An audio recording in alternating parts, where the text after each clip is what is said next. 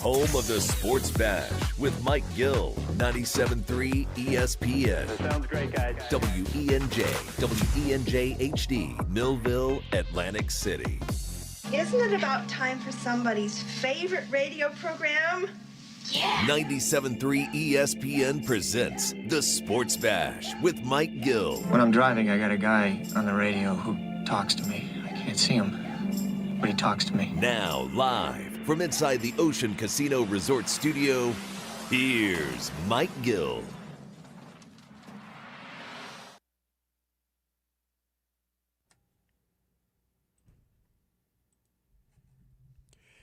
Josh Hennig filling in for Mike Gill on a hump day Wednesday on 97.3 ESPN. Counting down the days to Eagles-Rams round 2. It's the postseason of rematches. Of course, you can hear all the Eagles action this Sunday. Merrill Reese, Mike Quick calling the game on 97.3 ESPN. We got a full hump day Wednesday. Lots of football to get into. We'll touch on a little Sixers and Phillies throughout the day as well. As always, you guys can join the conversation like Steven Ventnor, who literally texted in 2 questions before the show began today. 609-403-0973. Your DMs into the 97.3 ESPN mobile app powered by First Bank of Seattle. And if you want to see me in the Ocean Casino Resort Studios, you can go to my YouTube channel at Josh Hennig throughout the 4-hour tour we got on store for you today. Mike McGarry for the Press of Atlantic City joins us at 2:25. Geoff Howe, NFL insider for The Athletic. He will join us to get a league-wide perspective coming up at 3:25. As usual, football for Geoff Mosher, Inside the Birds podcast, InsideTheBirds.com. He was at 4 o'clock. Nick Earnshaw back in his regular Knicks Nuggets slot at 4:30 p.m. And, as promised, former NFL quarterback Tony Banks, the Super Bowl champion, he will join us at 5 o'clock because I got a lot of questions for Tony about quarterbacking, the Eagles offense, the state of football. We'll get his perspective on all of that and more here today on 97.3 ESPN. So, before we get to Steven Ventnor and everybody else's thoughts on the Eagles right now at 609-403-0973, and as I mentioned, 97.3 ESPN mobile app, which is free thanks to First Bank. See how you can send DMs there as well. I have to address the story that dropped this morning. And I first want to compliment ESPN's Tim McManus. This is now the second or third time this football season that he has done legitimate investigative reporting.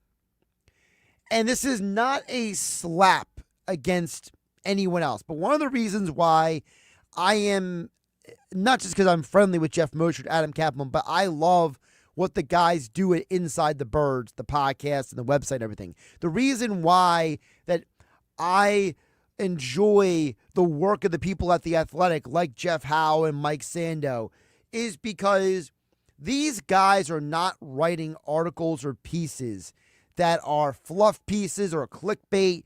They're giving you real information. And, unlike some websites out there that claim to be different than ESPN or different than The Athletic, but almost every single one of their articles is a clickbait, uninformed piece of, I'll call it tabloid literature. Trying to keep it PG here on the radio. Don't want to get an FCC file. I'm not Pat McAfee. I can't afford to be dropping curse words on a TV or radio show. But I love the Tim McManus article this morning because it went deep into the why of Nick Sirianni. For those who didn't read it, let me give you the quick summary. Tim McManus basically sat down with multiple Eagles players on the record, no anonymous sources, on the record, guys explaining why they love Nick Sirianni.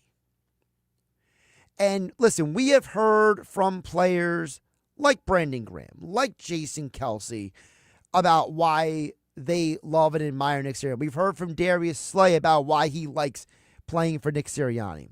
But we got even more of a deeper perspective on some of the non-football reasons. Because the article speaks with Jordan Mailata. The article speaks with Mailata extensively about his relationship with Sirianni. Long snapper Rick Lovato. Cornerback Isaiah Rodgers. Linebacker Nakobe Dean. Now, obviously, this interview was conducted before Dean got injured, so some of what was said in the article didn't really connect there. But it also talked to Milton Williams. So that is not one, not two, not three, 5 different players who spoke on the record for this article. Oh, and the 6th guy quoted in the article, Lane Johnson. So the article goes into detail about the reason why the players believe in Sirianni, the reason why they're behind the head coach, who, as I've mentioned before here on 97.3 ESPN, it's only people outside the building who hate on Sirianni.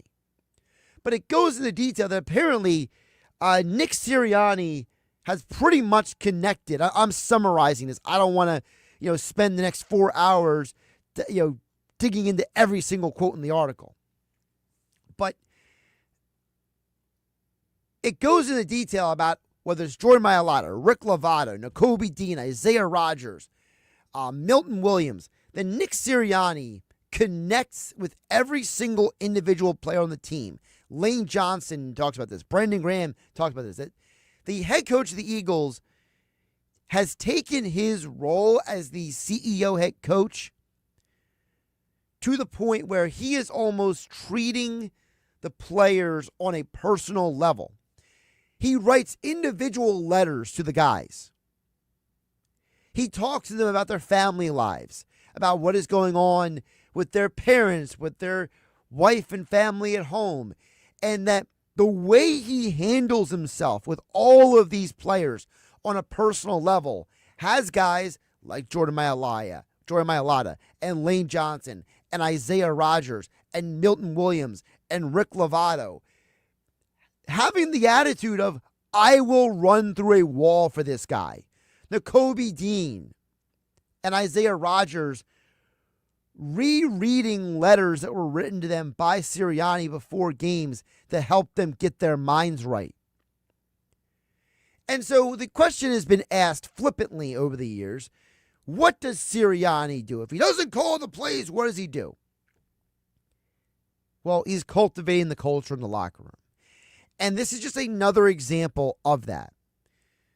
And it's getting to the point now where, you flip on television, no matter if it's ESPN, Fox Sports, CBS Sports, whatever platform it is, okay? I'm not going to judge you. You watch what you want to watch. But I got to be with the rest of you guys. I'm done hearing about the Dallas Cowboys coaching situation.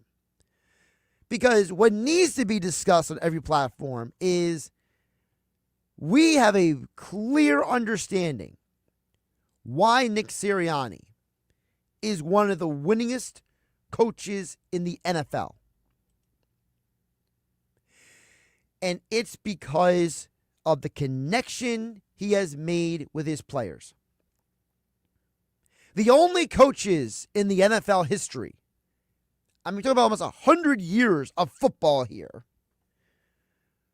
to reach the postseason in each of their first 4 seasons before Nick Sirianni,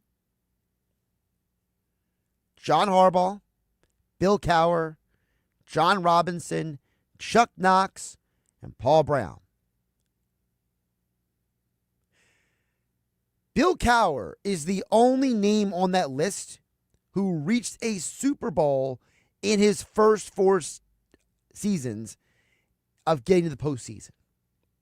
Now, obviously, the list is a little jolted because if Paul Brown was coaching in the Super Bowl era, he would have been on among the designation too. But if you're on a list with John Harbaugh, Bill Cowher, John Robinson, Chuck Knox, and Paul Brown,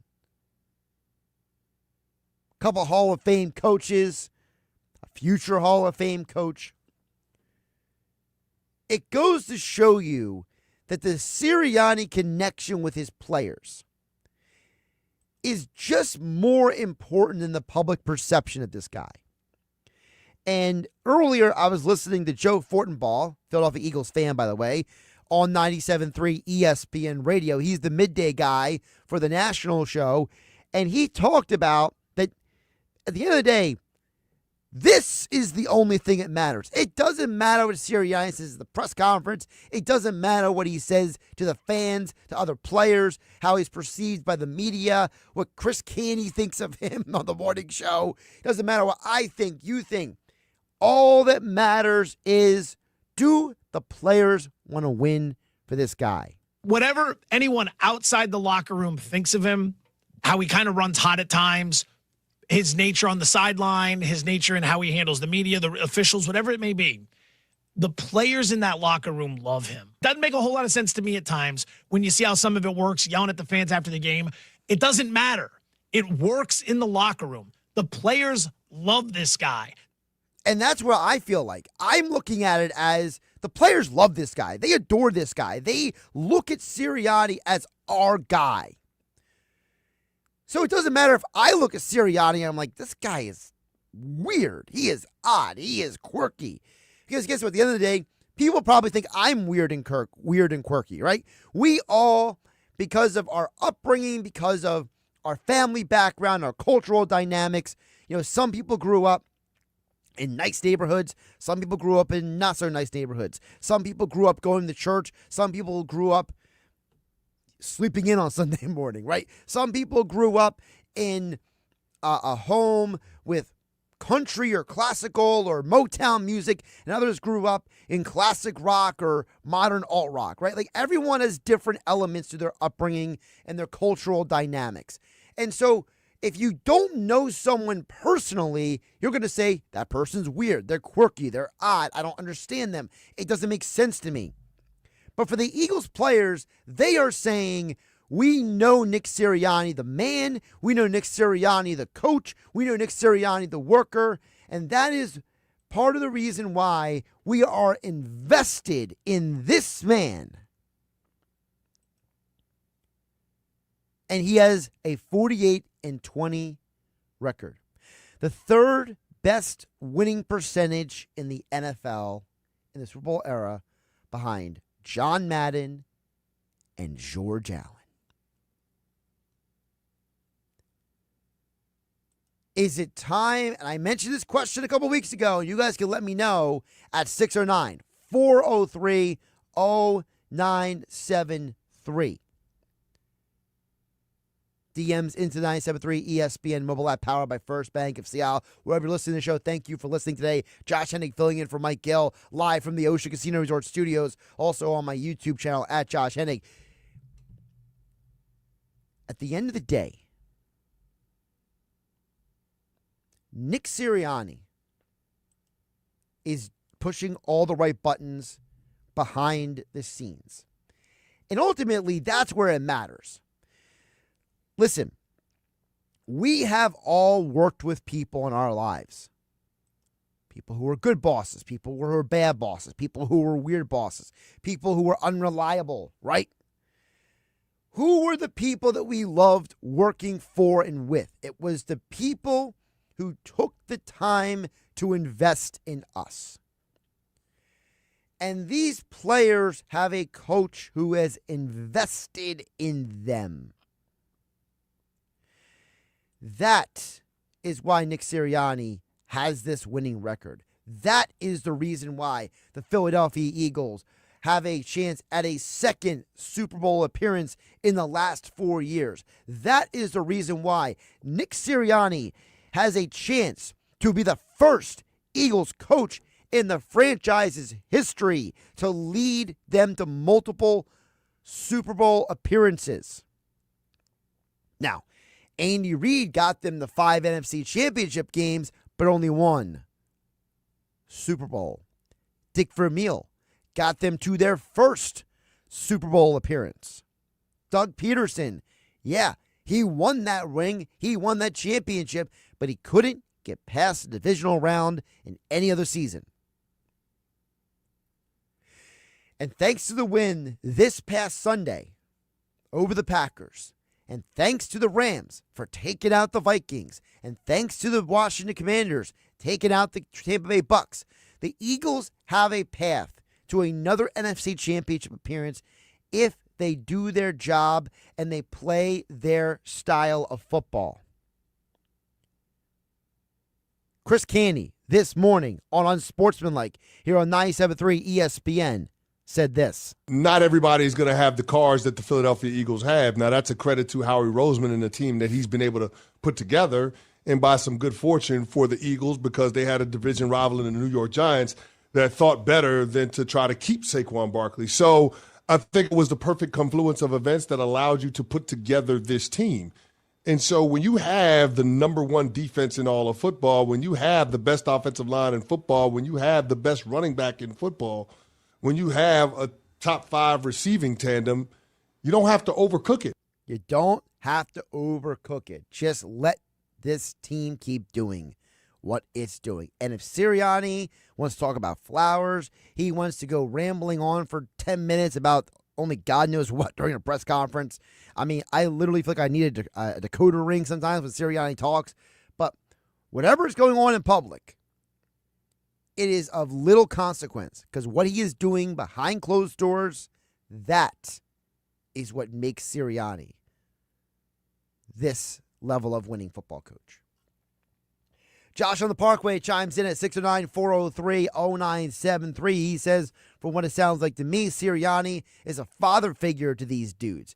Josh on the Parkway, that's a great point, because we do live in a society where there has been a delineated difference between being someone's dad and someone's father, right? It's the idea of someone can be the person who is biologically your parent, but they're not the father figure in your life. They're not the person who takes care of you and watches out for you and mentors you and does everything they can for you.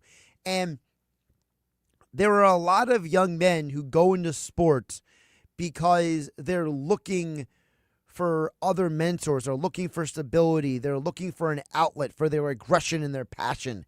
And you look at players like Jordan Mailata, who never played football before he got drafted by the Eagles. You look at someone like Lane Johnson, who was originally a quarterback and then became a tight end and then became a left tackle in college and then a right tackle. You look at a guy like Isaiah Rodgers, who got suspended for a year from the NFL for violating the league's gambling policy, a violation that he to this day feels like he still has to over-apologize for when he already paid his dues, and it was honestly a complete accident. A guy like Nakobe Dean, who has been injured now multiple times in the NFL. You look at a guy like Milton Williams, who was a player that people were wondering, is he ever going to live up to expectations? How is he going to come around? You look at a guy like Rick Lovato, the long snapper. I mean, if it wasn't for John Dornenboss and his card tricks, you wouldn't even care or know who the long snapper is in Philadelphia or why Rick Lovato was his successor. Nick Sirianni has personally connected with every single one of these people. And I think that's a big reason why this team has won games. Because his message, his desire for accountability, his passion, it is not landing on deaf ears because of the connection that he has had. More text coming in at 609-403-0973. Shaner in the HT says, he goes, my best commander was General Kennedy, took care of his airmen and let the officers and non-commissioned officers run the show. He supported us and our fighter wing was successful. I see Nick in the same light.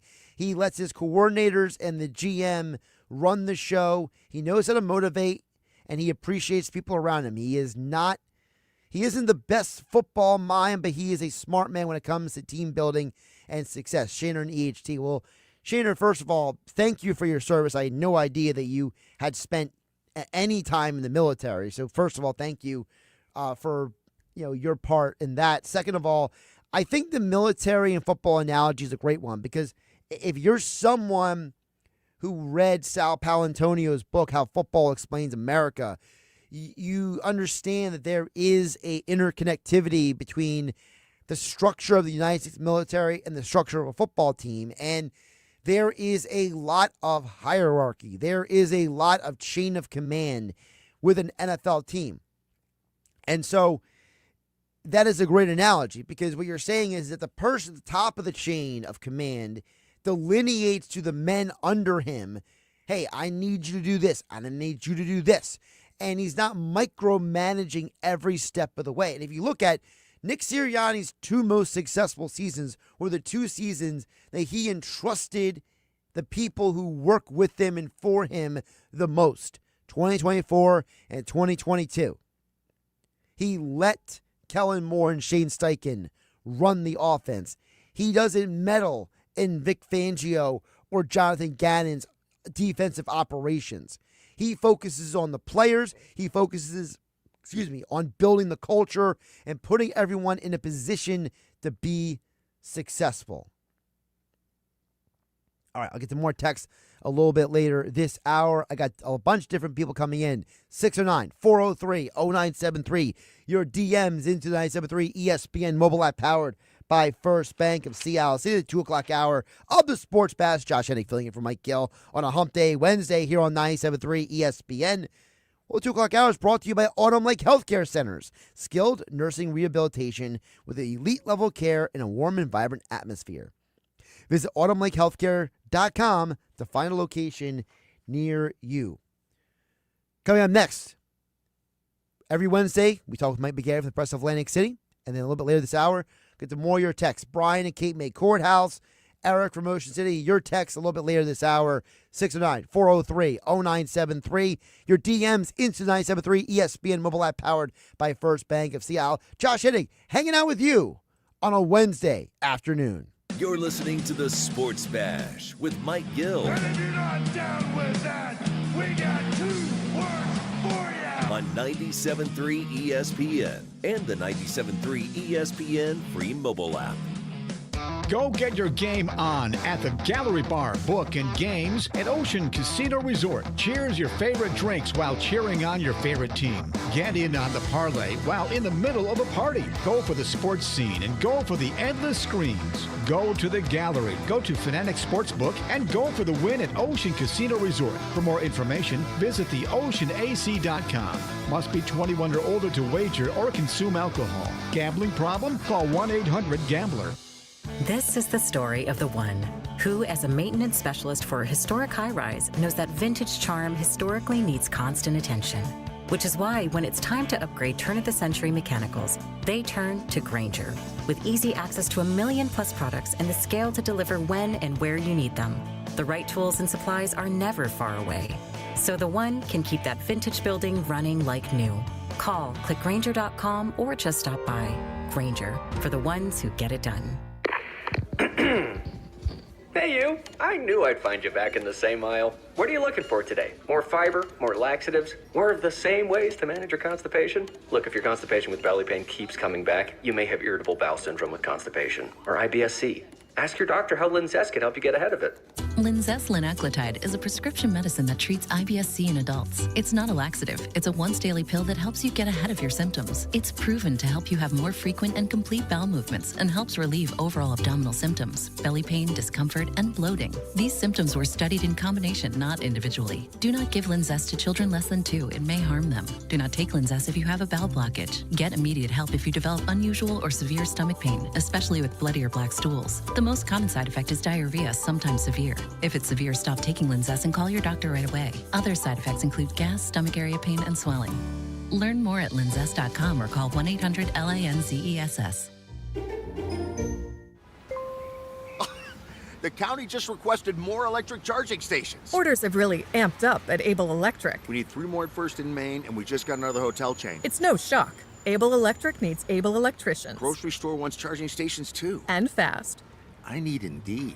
Indeed you do. Put our matching platform to work so you can spend less time searching and more time connecting with talented candidates. Visit Indeed.com/credit and get $75 towards your first sponsored job. Terms and conditions apply. For new carpet, the Home Depot is your destination. With a large assortment of affordable carpeting in the brands, styles, and colors you need. And for new carpet savings, the Home Depot also has you covered. With 10% off all special order carpeting right now. Enjoy long-lasting comfort at a great price and free installation. Offer valid January 9th through January 26, 2025. Receive 10% off special order carpet and installation. Installation included in select markets with qualifying purchase. For licenses, see homedepot.com/license numbers.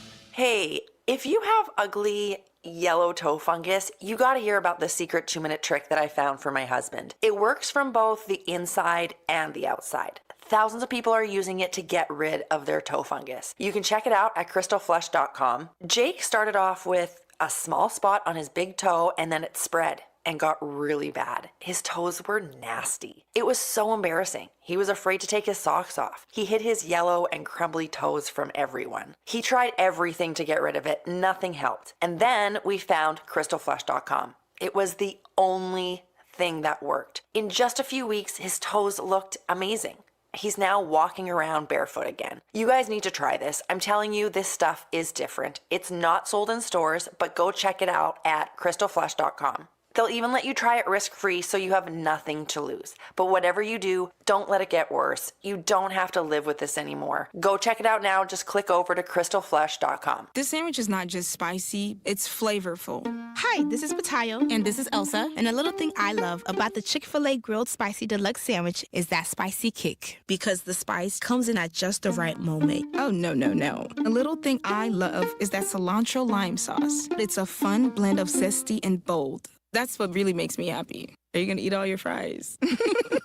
Order a Chick-fil-A Grilled Spicy Deluxe Sandwich and a Diet Dr. Pepper on the Chick-fil-A app for a limited time. Real guests paid for their testimonials. With GMF financing to qualified buyers excludes Traverse and Corvette excludes prior sales. Start the new year right in a new Chevy from Bennett, where we sell new Chevys at the true GM supplier employee price. Yeah, you pay what our employees pay, not a penny more. Plus, at Bennett Chevrolet, you keep all the rebates. That's incredible. That's right, you save both ways, saving you up to 20% off the sticker. But it gets even better because right now there's available 0.9% financing, saving you even more. 0.9. And get this, if you're looking for a pre-owned, Bennett Chevy will pay you a minimum $10,000 for any old clunker you can get here towards any pre-owned in stock. You'll get at least 10 grand for total junk. Imagine how much you'll get for a good trade. And one more thing, Bennett's sales team is paid on your satisfaction, not how much you spend. That makes a huge difference. No hype, no pressure. Together, let's drive. Bennett Chevy, Egg Harbor Township, and BennettChevy.com. It's the Sports Bash with Mike Gill. Keeping the fans entertained and happy. On 97.3 ESPN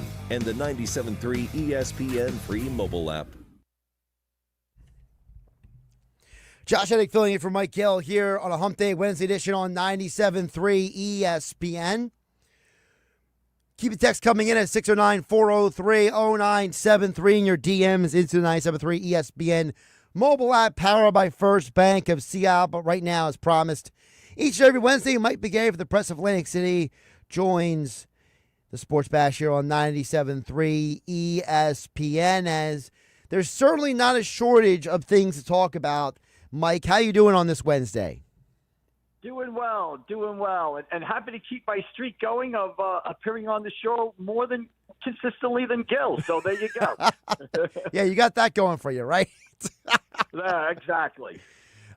Mike, here's where I want to start, because we were talking before you came on, the Tim McManus article that quoted 6 different Eagles players talking about, basically why they love and believe in Nick Sirianni. And really the article basically gets down to relationships and the players and the fact that Sirianni basically connects with them on them as human beings, each and every one. And so I think it's fair to say, Mike, that for all the people who ask, hey, what does Sirianni do? What does a coach doesn't call plays do? Well, apparently it's get all the players to want to run through a wall for you, no matter how weird and quirky you are in media press conferences. Yeah, we talked about this earlier this season, right? I grew up in an age where the head coach didn't call the plays, but he set the tone for the entire organization. I'm thinking about like the Bill Parcells of the world. Bill Belichick did not call the defense, did not call the offense, but they set the tone, set a philosophy for the organization. And your number one job as a head coach, and I think you're seeing two great examples of it this year, Marcus Freeman of Notre Dame on the college level and Nick Sirianni on the pro level. Your number one job as a head coach is to get everybody ready to play and make sure that team fulfills its potential. And that could include calling the plays, but it often doesn't include calling the plays. And Josh, I'm old enough to remember a time when Philadelphia Eagles fans were up in arms saying that Andy Reid was too focused on the offensive play calling and was negating the rest of the team. And in order for the better of the team, he had to give up play calling and worry about the overall group, which is what Sirianni does. We see a lot of Sirianni. We just get small glimpses. We see him for 3 hours, 3.5 hours on a Sunday, and we see him at some press conferences, but we don't see him on a day in and day out basis in that building, Monday through Saturday. And that's when a head coach is probably at his most important. So for you, Mike, what do you think is the real genesis of why it seems like everyone who's not in the building doesn't like Sirianni, but then everyone in the building likes Sirianni? Like, how can there be such an immense divide? Yeah, it's hard to think about. I just think it's the access we get and how Nick acts, sort of, the interactions with fans, yelling at fans, the faces on the sidelines, this and that, his comments at press conferences, stuff like that. I think the stuff that we're exposed to, we're like, what is with this guy? We don't see him, how he acts like on a Tuesday afternoon or a Wednesday afternoon or halfway through practice on a Thursday. We don't see that, but we have to trust the players and the results. The Eagles are 15-3 right now, and, getting ready to host a division round playoff game. So I just think it's the way he comes across. Some guys do like that. Some guys are like that in competitive situations. I like to say, Josh, that, competition sometimes makes idiots of us all. We all act crazy under the gun sometimes. And maybe Sirianni has a little bit of that in him, but we just don't get to see him, with the players on a Friday walkthrough or something like that. So, again, we can just go by the results. But I think when it comes to some of this stuff, Sirianni is his own worst enemy. Mike, when you think about the fact that if this team, let's say they get to a second Super Bowl in 4 years, but they don't win it, what is the standing in your mind of Nick Sirianni in the NFL? Well, I think he's still an excellent coach if he's been to 2 Super Bowls in 4 seasons, and I'm certainly not going to look to make a change at that point. I always think I'm reminded of the Steelers fans after Saturday night, and I recognize that Mike Tomlin's been there 18 years, and it might be time for a change, much in the same way that Andy Reid just had a change and went from the Eagles to the Chiefs. But be careful what you wish for. If Sirianni's not coaching the team, who is? And are you guaranteed the same success? Absolutely not. But, Josh, I come back to the point that I think this is a must-win Super Bowl season for the Philadelphia Eagles. I don't know if they're ever going to be as good as they are right now and ever have the opportunity when you look at the rest of the field as they do right now. Talking with Mike McGarry for the Press of Atlantic City here on the Sports Bash. Josh Hennig filling in for Mike Gill on 97.3 ESPN. Let's advance that conversation, Mike, because you said this is the window, this is the time. It's a little interesting, Mike, that it feels like the dominoes are falling into place, right? Washington takes out Tampa. Tampa's a team that's beaten you multiple times in the postseason. You have the Rams beating the Vikings. You've beaten the Rams already this year. The Packers had 6 players injured in Sunday's game, which I'm not saying directly impacted your win, but I think it had at least an impact on the game on Sunday. So does it look like to you that the Eagles have some good fortune going for them right now? Yeah, everything's kind of breaking their way, and you got a couple of other factors involved in there too. First, you got Saquon Barkley in the midst of one of the best seasons ever by an NFL running back. No NFL running back has ever gone for 2,000 yards in back-to-back seasons. So just, history would say that Saquon Barkley is not going to be good next season as he is this season. You've got the coordinators. I don't know if Vic Fangio is going to move on or anything. I would not think so, but he has certainly revolutionized that Eagles defense and made it as impressive as it's been in years. Kellen Moore has done a nice job with the offense. Some teams have already expressed an interest in him being the head coach. And we saw what not having the right coordinator on offense meant to the Eagles last year, right, when they struggled offensively down the stretch. So you've got those couple of factors there. And then you have the Jaden Daniels factor that looms over the entire NFC East. For that kid to play the way he did, no turnovers on the road, win a road playoff game. Now he goes up to Detroit on Saturday night. I think that's going to be a little bit of a tough climb for the Commanders. But you got to play Jaden Daniels, twice a year for the next decade. You might not be winning the division every year. You might have a good team, and you might not be the number 2 seed. You might be the number 5, 6, or 7 seed because the Commanders have won the division. So, I think those are the factors that you have to look at. And like I said, if you go back to 2000, like I wrote last week in my must-win column, the Eagles have been too good since 2000 to just have one Super Bowl. It just doesn't add up. And this is a prime opportunity to get another one. You mentioned about the prime opportunity. The other side of it is because you mentioned Washington and Detroit, and I'm with you. I don't think Washington is going to beat Detroit. I think Detroit is going to get the job done. But I don't look at Detroit as infallible, Mike. I look at them as a team that's had a lot of injuries this year. They're a team that probably should have lost about 3 times if their opponents didn't choke at the end of games, specifically the Houston Texans, Chicago Bears, and Green Bay Packers. So you could argue that, again, I'm not saying it's the perfect best case scenario, but if you have to take on a team in the NFC Championship game, I'm certainly have a little more confidence in dealing with a team like the Lions than maybe, let's say, some other teams in recent years in the NFC. Yeah, absolutely. The team you're going to face, especially if you're on the road in an NFC title game or an AFC title game, is going to be pretty good. There are only 4 teams left playing football that day. There's no slouches in that game. But the Detroit Lions, as you said, are not, and a lot of people here might say the 85 Bears. I'll say 86 Giants, who I can argue were maybe good or better than the 85 Bears, okay? So you're not walking into a game that you can't win, okay? The Lions have a great offense. They can score a lot of points on the board, but you can also score on them. So I think the Eagles have the offensive talent to walk into Detroit and score enough points to beat them. You're not going to beat the Detroit Lions 21-14. You're going to have to put 28 or score in the 30s to beat them. And I think their defense is good enough to get that stop or two that they need to sort of put them over the top in that close game. You mentioned the Giants. I got to tell you, if you're a Giants fan right now, you had a rough year, but there's got to be a part of you that says, thank God my owner isn't Jerry Jones, right? Like, Jerry Jones is completely just looking like he's senile or something. Like, I hate saying it that way, but, I mean, he blocks Mike McCarthy from interviewing Mike. He then doesn't re-sign him, doesn't even attempt to re-sign him. And then it's like, oh, I'm going to go talk to Deion Sanders. And then Deion says, yeah, I don't even know if I want to come here, man. So it's like, at least John Mara is like, well, I want to have some stability with some competent coaches.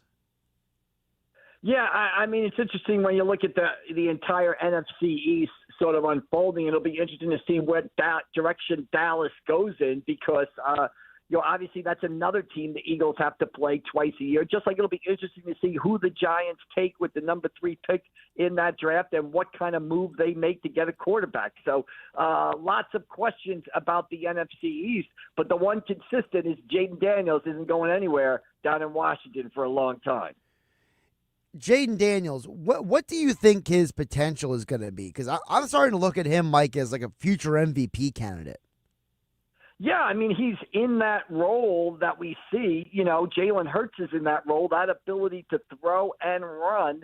And, to me, he's got an instinct for the game. Like, the game slows down when he's playing it. And it's even noticeable to me when you watch him on TV. Like, he seems to have more time in the pocket. He seems to be, when he runs, he's not, he's quick, but he's not in a hurry. It's like the game slows down. He sees the game slower, and because of that, we see it like slower on TV. He's moving fast, but he doesn't look like he's in a rush. He's hitting open receivers, but he doesn't look like he's, flustered or rushed in the pocket too. So I think it's just an ability to slow the game down while still using his quickness and speed. And the other thing he's got is a very accurate throwing arm. He can put the ball where it needs to be thrown, both on short and deep passes. And I think, the most important skill for a quarterback when it comes to passing is accuracy, because, you talk to a lot of coaches, and it can maybe be improved upon, but it's the one thing you kind of got to have, like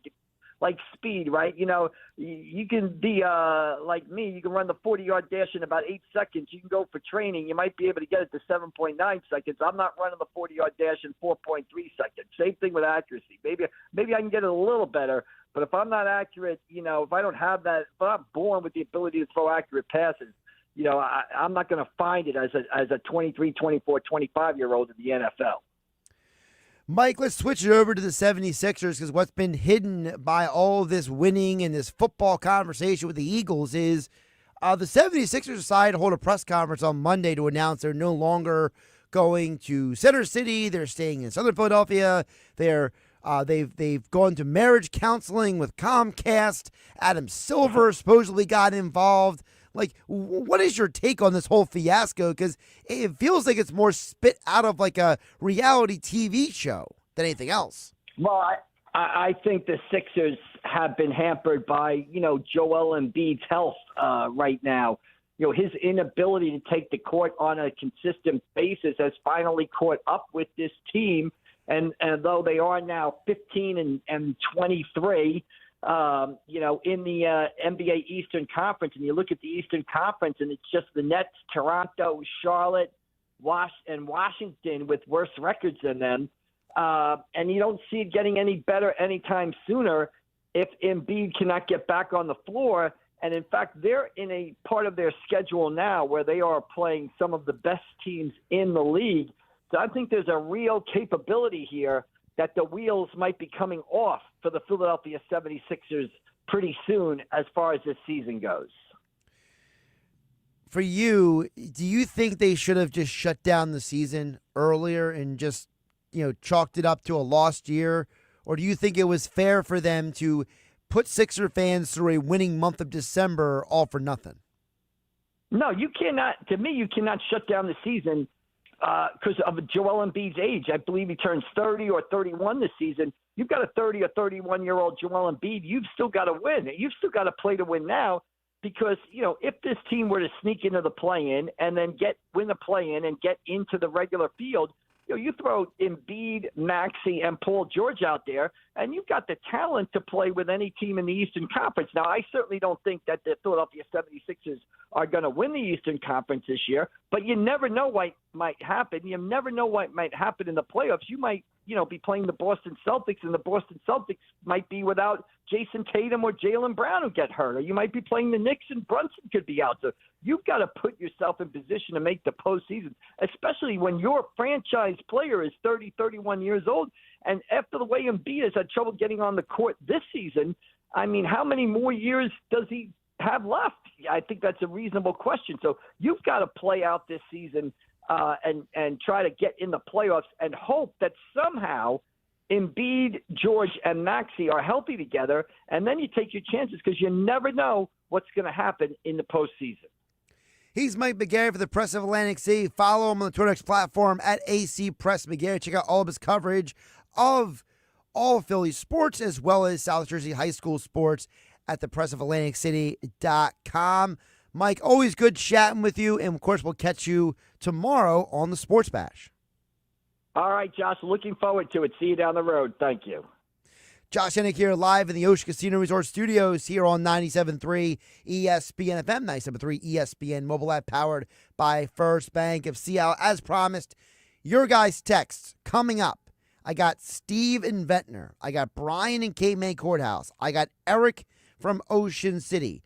All your messages and more coming up here on 97.3 ESPN. Josh Hennig filling in for Mike Gill on a Hump Day Wednesday. This is the home of Philadelphia Eagles playoff football. It's the NFC divisional round of the playoffs as the Eagles host the LA Rams this Sunday at the Link. Nice catch by Goddard, who breaks the tackle across the 5. Touchdown! Goddard, beast, pushes him in the face twice and into the end zone. Eagles radio network coverage begins at 2 p.m. Merrill Reese and Mike Quick call all the action starting at 3 p.m. This is South Jersey's official home for Eagles playoff football. 97.3 ESPN. Hey, AI, how many touchdowns did the Eagles score in the 2023 season? The Eagles scored 49 touchdowns in the 2023 season. Hey, AI, I had a fall recently. I need to recover. Please help me walk again. I'm sorry, but that is beyond my capabilities. Hey, AI, my parents are getting older and I can't care for them by myself. Can you help me care for them? I'm sorry, that is beyond my capabilities. AI will never replace care, but here's what I found for the best care near you. Autumn Lake Healthcare Centers, trusted leaders in skilled nursing rehabilitation and senior care, and proud partners of the Philadelphia Eagles. How do you spot the all-new Nissan Rogue Rock Creek? Here's a hint. It's got all-terrain tires, a tubular roof rack you can't miss, and it's tough inside and out with lava red detailing. You'll also find it in its natural habitat, climbing mountains, attacking rugged trails, and never backing down from any adventure. The first ever Nissan Rogue Rock Creek. Intelligent all-wheel drive cannot prevent collisions or provide enhanced traction in all conditions. Always monitor traffic and weather conditions. Always secure cargo. Heavy loading of the vehicle with cargo, especially on the roof, will affect the handling and stability of the vehicle. Hey, if you have ugly yellow toe fungus, you gotta hear about the secret 2-minute trick that I found for my husband. It works from both the inside and the outside. Thousands of people are using it to get rid of their toe fungus. You can check it out at crystalflesh.com. Jake started off with a small spot on his big toe and then it spread and got really bad. His toes were nasty. It was so embarrassing. He was afraid to take his socks off. He hid his yellow and crumbly toes from everyone. He tried everything to get rid of it. Nothing helped. And then we found crystalflesh.com. It was the only thing that worked. In just a few weeks, his toes looked amazing.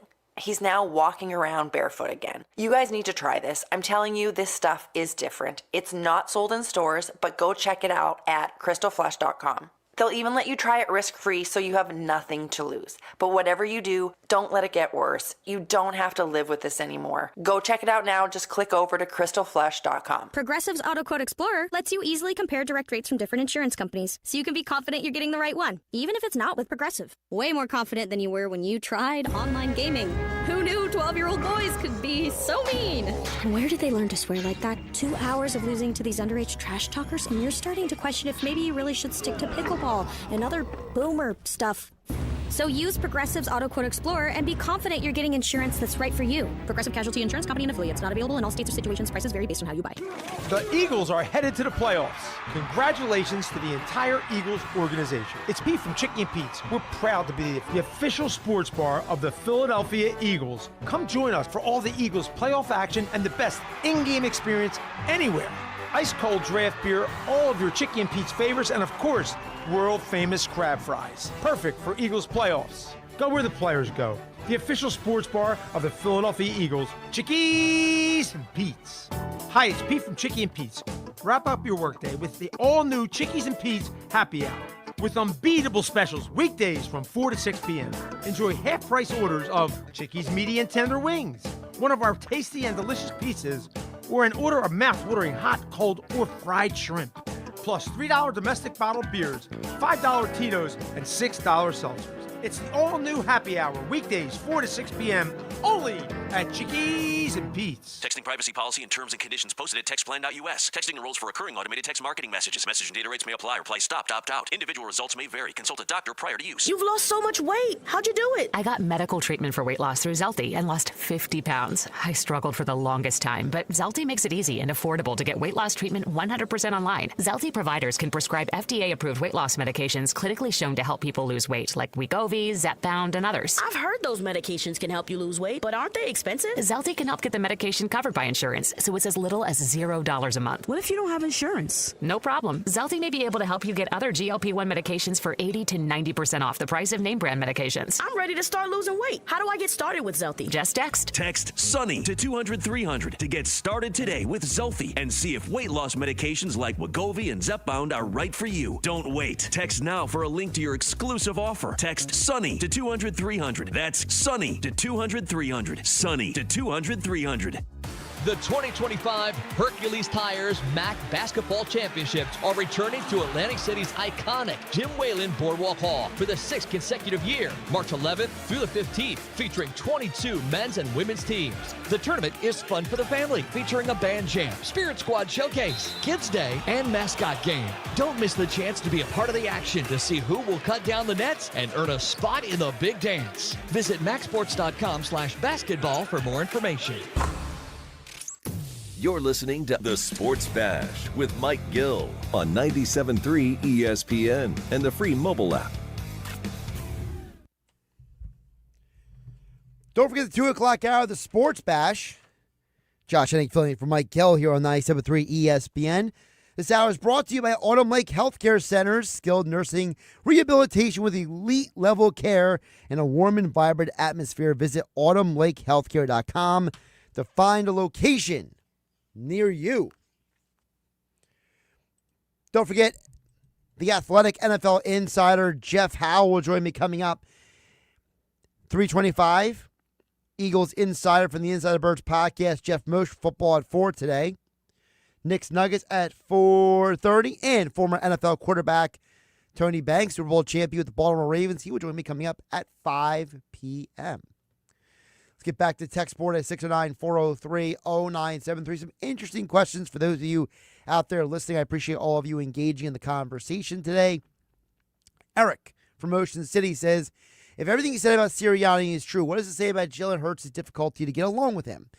Eric from Ocean City, it's a very valid question, and I would answer it with 2 layers. I would say my disclaimer or my preface to my direct answer to your question is it has been addressed by multiple people who cover the Eagles, from Tim McManus, who wrote this article at ESPN.com, to John McMullen from Birds 365, who joins Mike Gill for years now covering the Eagles, to also Jeff Mosher and Adam Kaplan, who have been covering the Eagles for a long time as well, to other people who just know Jalen Hurts personally over the years, like Nick Saban has talked about this on the Pat McAfee show. And they all have basically said the same thing, that the perceived disconnect and bad relationship between Jalen and Nick Sirianni has been exaggerated. It has been overblown. And I think part of the reason why we have, not we like me specifically, but I think generally people have exaggerated, overblown it, is because Jalen is he's just not a personable individual. Sirianni is gregarious and outgoing and wild and passionate and emotional and connective, and he's such an extreme extrovert. And then you have Jalen Hurts, here to do a job, more introverted, more reserved, more, I'm going to do my job. I'm coming to work. I'm not here to play. All work and no play. And Sirianni is like, no, work and play. It's the same thing. This job is great. And Jalen Hurts is like, I am here to win games. I am a robot. I am from the Terminator universe. So I think that's part of the problem. And I think that's where the origin, Eric and Ocean City, of Jalen's difficulty with Sirianni is. It's because Jalen and Sirianni are extremely different human beings. They come from 2 very different worlds. They come from very different environments. And so, and it's been discussed that Nick Sirianni and Jalen Hurts spent a lot of time during the bye week connecting. Even, Jalen Hurts mentioned the fact that, we are now in harmony, is the way he described it. Nick Sirianni said that, him and Jalen did a lot of talking during that bye week. And so I think that a lot of the perception of Jalen's difficult to get along with Nick Sirianni is, as I'm not trying to put words in your mouth, Eric in Ocean City, as you inferred, it's probably more reflection on Jalen Hurts than it is on Nick Sirianni. It's the idea that if 52 of the 53 men on a roster love the coach, and then you have the one guy who's like, yeah, he's fine. Well, isn't everyone going to look at you like, dude, come on, man. Why do you got to be the one dude who's got to, like, be the party pooper? And I think Jalen has done a better job this year of being less robotic, opening up, being a better communicator, and I think it has reflected as well in some of his play on the field in the games where he has played well. More your text coming up next. More Eagles talk here on 97.3 ESPN. It's Sixers basketball tonight on 97.3 ESPN with the voice of the Sixers, Tom McGinnis, calling all the exciting play-by-play action. Yabusele in, Maxey for three. It's up and good. Oh, yeah. He's been known with the prolific fourth quarters. It's Sixers Knicks tonight. Coverage begins at 7:30. It's Sixers basketball all season long on South Jersey's radio home for Philadelphia 76ers basketball. 97.3 ESPN. Go get your game on at the Gallery Bar, Book and Games at Ocean Casino Resort. Cheers your favorite drinks while cheering on your favorite team. Get in on the parlay while in the middle of a party. Go for the sports scene and go for the endless screens. Go to the Gallery, go to Fanatic Sportsbook, and go for the win at Ocean Casino Resort. For more information, visit theoceanac.com. Must be 21 or older to wager or consume alcohol. Gambling problem? Call 1-800-GAMBLER. Texting enrolls you into recurring automated text messages. Consent not required to purchase. Message and data rates may apply. Hey, Dan, how you doing? Haven't seen you around the gym for a while. Yeah, I've really fallen off. Since I turned 40, I just don't get the results I used to get. Could be lower testosterone. Lower T? Yeah, I went through it a while back. Once you hit 40, your body has less free testosterone. I got Nugenix Total T, and it's made a huge difference for me. I've seen that ad on TV. Is it for real? Oh, yeah. The key ingredient is something called Tesnor, which helps boost free and total testosterone levels to help you trim up and stay lean. And it's made a difference for you? Man, I feel like I'm in my 20s again. At work, in the gym, and in the bedroom. Are they still giving out complimentary bottles for people to try it for themselves? Yeah, you just need to send them a text. Text LION to 42424 right now for your complimentary bottle of Nugenix Total T, the #1 selling testosterone booster at GNC. Plus, text now and we'll include a bottle of Nugenix Thermo, our most powerful fat incinerator ever, to help you get back into shape fast, absolutely free. Text LION to 42424. That's LION to 42424. Winter is here. Are you prepared? Don't get left in the dark. Kelvy Electric, a certified Generac dealer, has you covered. From installation to maintenance, they're your go-to experts for Generac generators, ensuring your home stays powered through any storm. A Generac home standby generator will automatically restore power to your home during an outage, so your life goes on uninterrupted. Put your trust in Kelvy Electric, the premier electrical contractor, serving South Jersey for over 110 years. Visit KelvyElectric.com today and stay ahead of any storm. Do you hear that? Asthma triggers are everywhere, from dust mites, pet dander, and pollen, to smog and smoke. An asthma attack can strike anywhere, anytime. Be prepared with quick-acting Primatene Mist. Clinically proven to open airways quickly. It's the #1 FDA-approved asthma inhaler available over the counter. Primatene Mist. Breathe easy again. Use as directed. At NJM Insurance, we're like a symphony. It all starts by doing the right thing. Add in dedicated reps. And put policyholders first. But no jingles or mascots because it's just not us. Insurance underwritten by NJM Insurance Company and its subsidiaries. Good morning, beat freaks. Who's ready to move? Let's start this day right. Tasha's morning dance parties are meeting rave reviews. Lose your phones.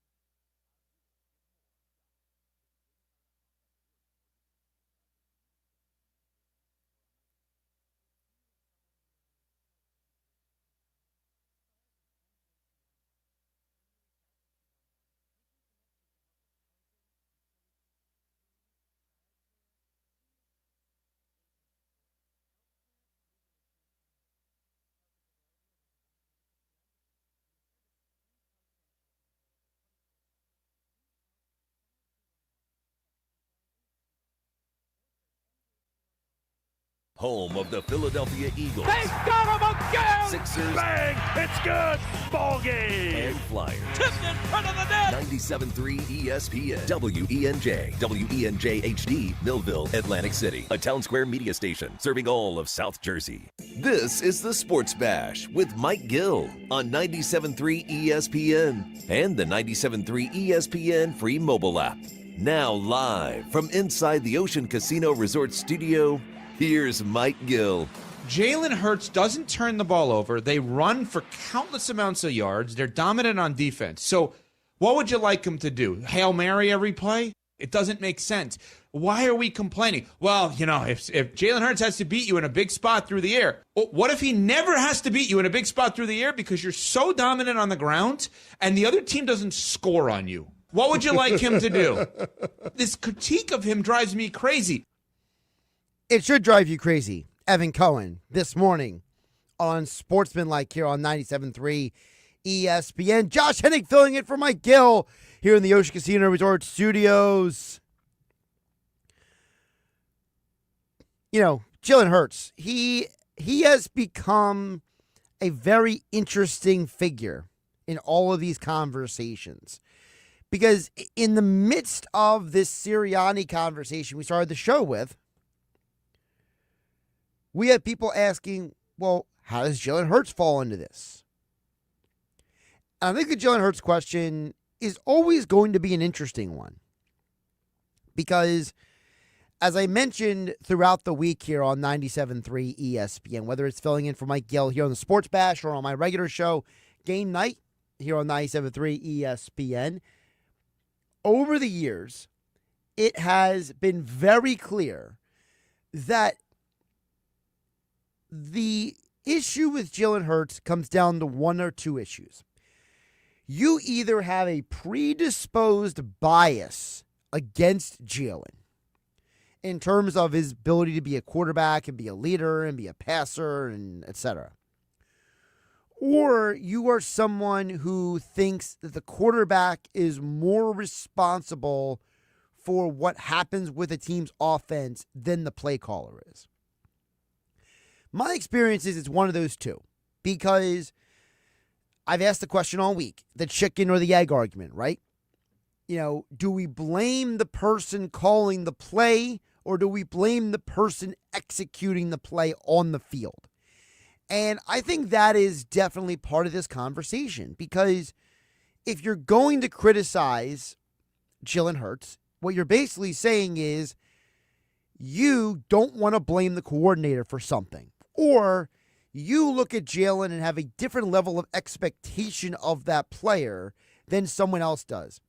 Now, for someone like me, Josh Hennig, filling in for Mike Gill here on 97.3 ESPN, at Josh Hennig on the Twitter X platform. You also can watch the show. You can see the 97.3 ESPN Ocean Casino Resort Studios on my YouTube channel at Josh Hennig. And you can see how emphatic my hands are moving right now, because for someone like me, I don't look at Jalen as in the same conversation as, to use an example, Patrick Mahomes, Josh Allen, Lamar Jackson. But that doesn't mean that Jalen stinks. It doesn't make him not a franchise quarterback. What it means is that I never walked into Jalen Hurts' career thinking he was going to be the next John Elway or the next Dan Marino, Tom Brady, Peyton Manning, Drew Brees. I always looked at Jalen more of the next tier down. And you can win championships with the next tier down. You can win divisions, playoff games, get to a Super Bowl without having the elite of the elite quarterbacks. Because as we talked about yesterday on 97.3 ESPN, as long as your quarterback has an intangible that differentiates them and that you can build around, lean into that intangible, you can win games. And you can win a championship. Drew Brees did not have the greatest arm strength. He was actually an undersized quarterback. But Drew Brees was so accurate. He was such an intuitive quarterback. He was such a precision passer, a timing passer, a guy who worked feverishly to be the best version of himself. It allowed him to be a future Hall of Famer and a Super Bowl champion.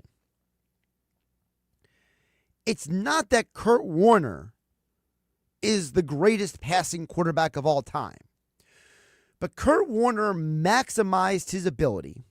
And what was Kurt Warner's ability? Kurt Warner was a high football IQ guy who had above average arm talent, who was very good at getting the ball into the hands of his playmakers. If you actually go back and look back at some of the best throws that in touchdown passes that Kurt Warner ever made, with guys like Isaac Bruce and Torrey Holt and Anquan Bolden and Larry Fitzgerald, a lot of those plays was him allowing his receivers to make plays.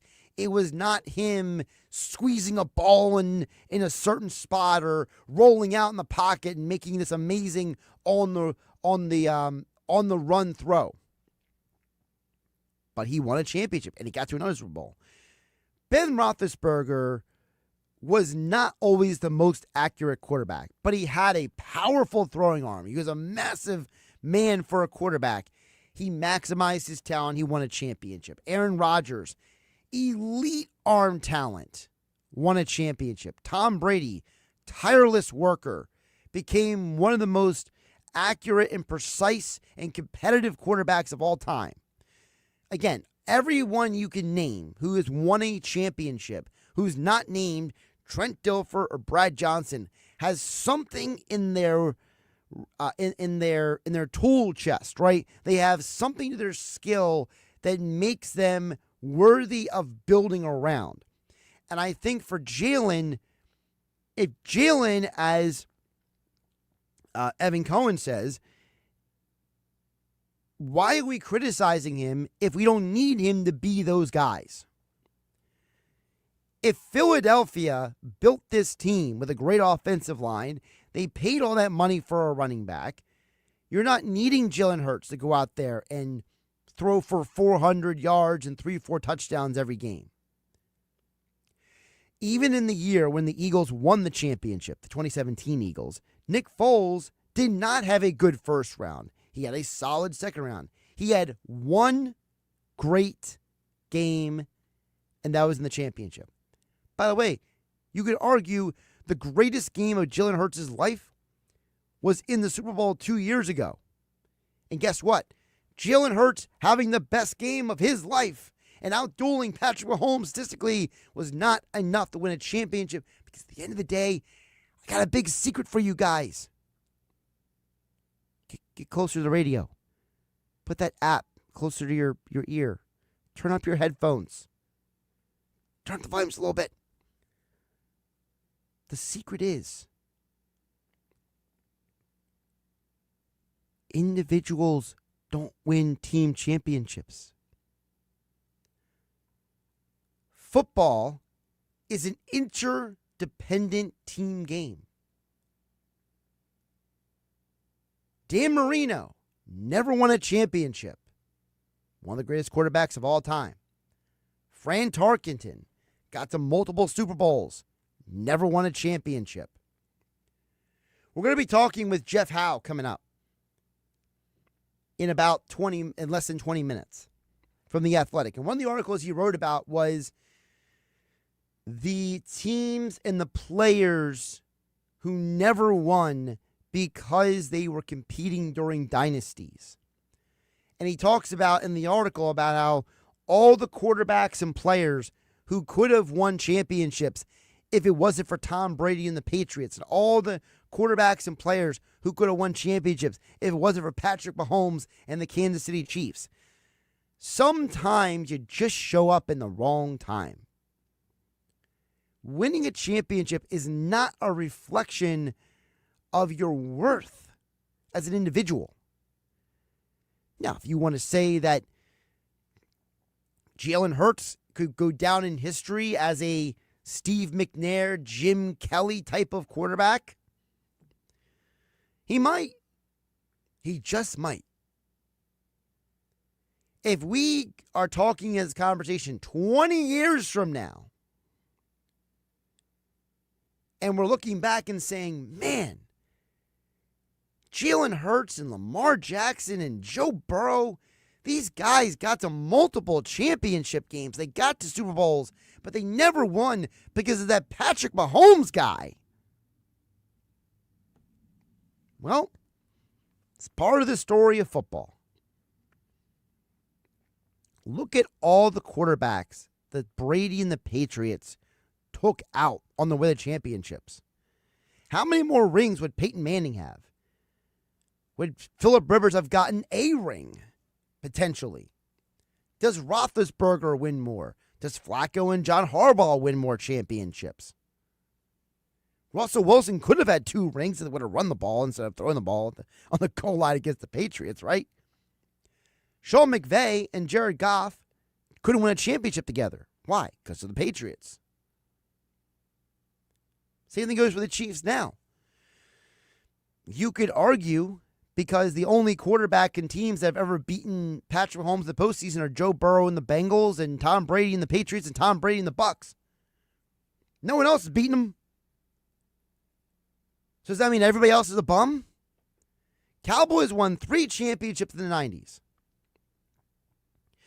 Does that mean that because Steve Young only won 1 ring?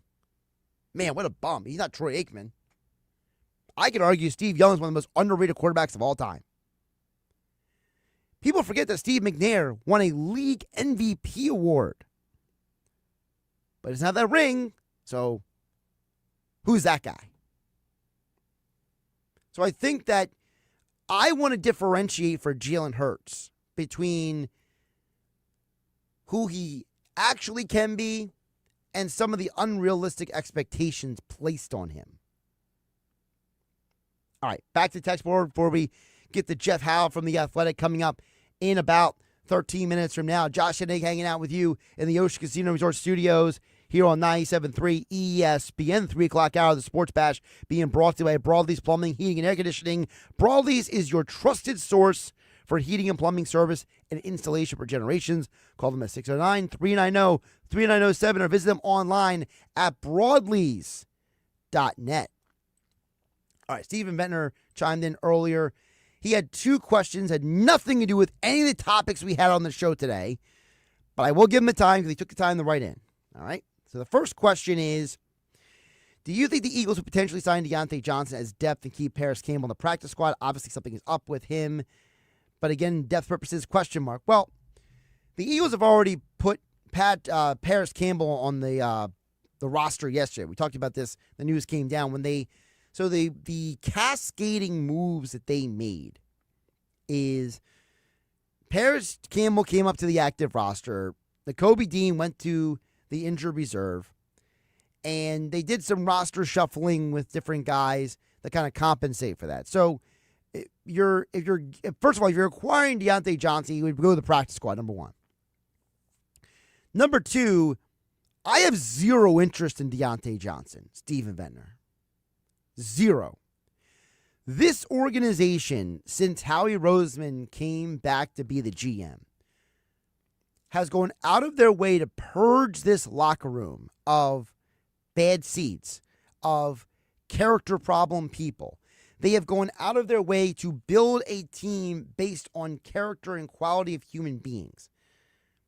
For whatever reason, Deontay Johnson has been a problem everywhere he goes.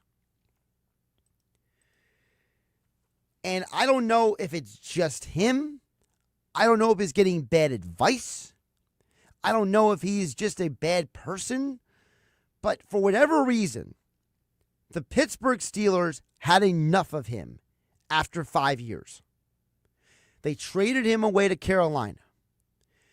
Carolina, they got tired of him. Baltimore couldn't get along with anyone. Houston, they said thanks but no thanks.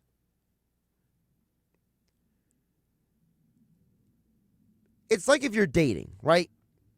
It doesn't matter how beautiful the woman is. It doesn't matter she could be the most aesthetically pleasing lady on earth.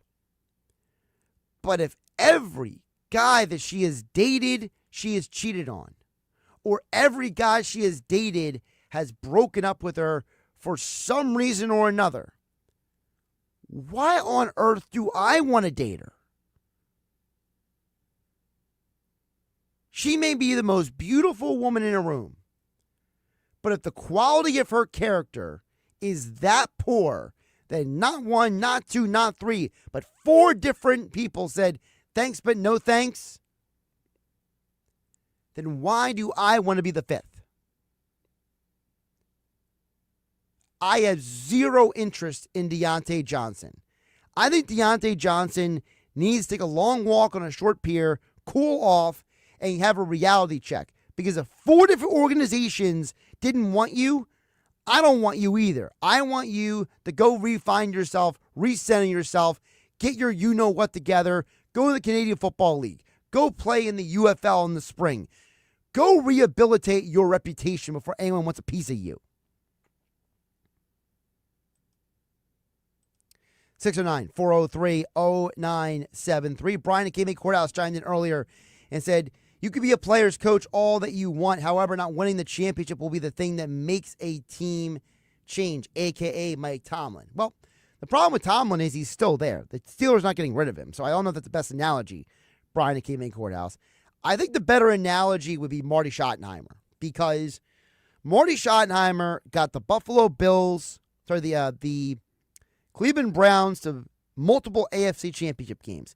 He won 14 games with the San Diego Chargers when they were in San Diego.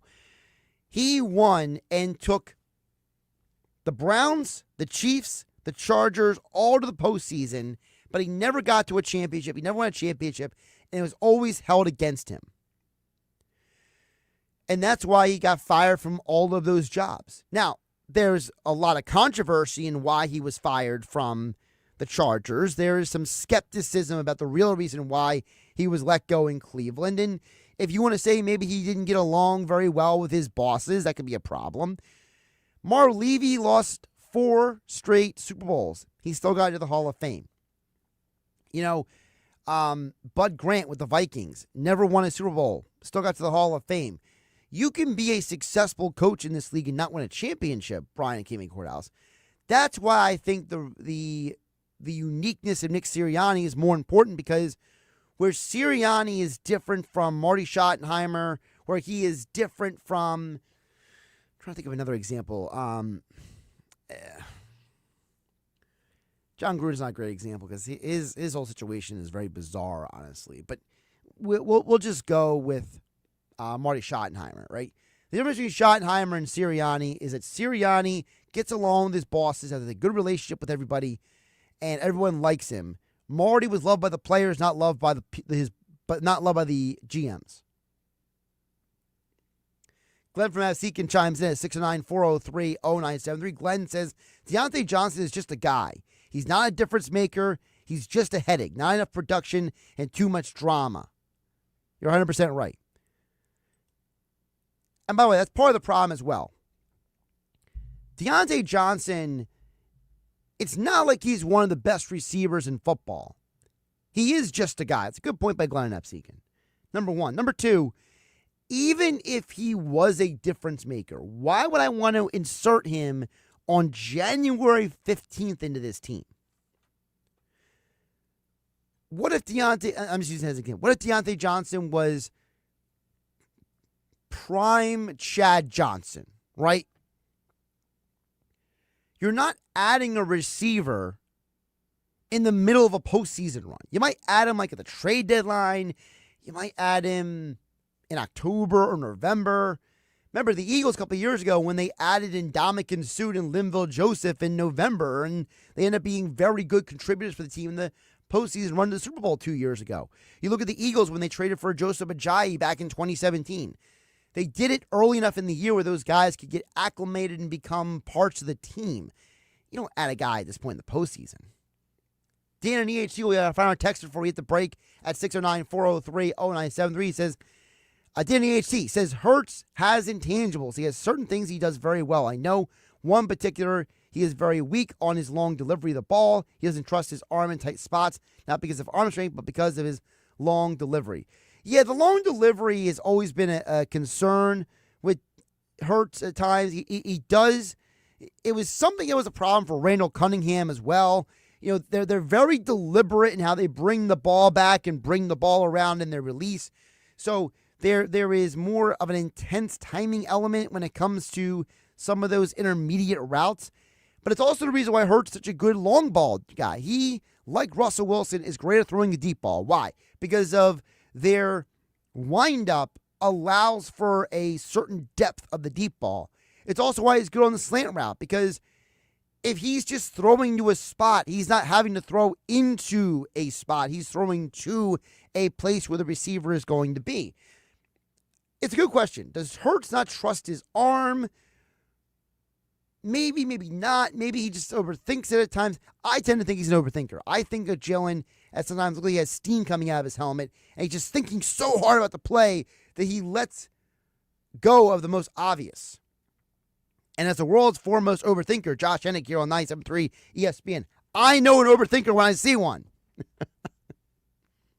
More football talk coming up next. NFL insider Geoff Howe from The Athletic joins me next on 97.3 ESPN FM and the 97.3 ESPN mobile app powered by First Bank of Sea City. Wake up weekday mornings from 6 to 10 a.m. with Unsportsmanlike on 97.3 ESPN with Evan Cohen, Super Bowl champion Chris Canty, and Michelle Small. Can't wake up without it. Brought to you by the Gallery Bar Book and Games at Ocean Casino Resort in Atlantic City. The Eagles are headed to the playoffs. Congratulations to the entire Eagles organization. It's Pete from Chicky and Pete's. We're proud to be the official sports bar of the Philadelphia Eagles. Come join us for all the Eagles playoff action and the best in-game experience anywhere.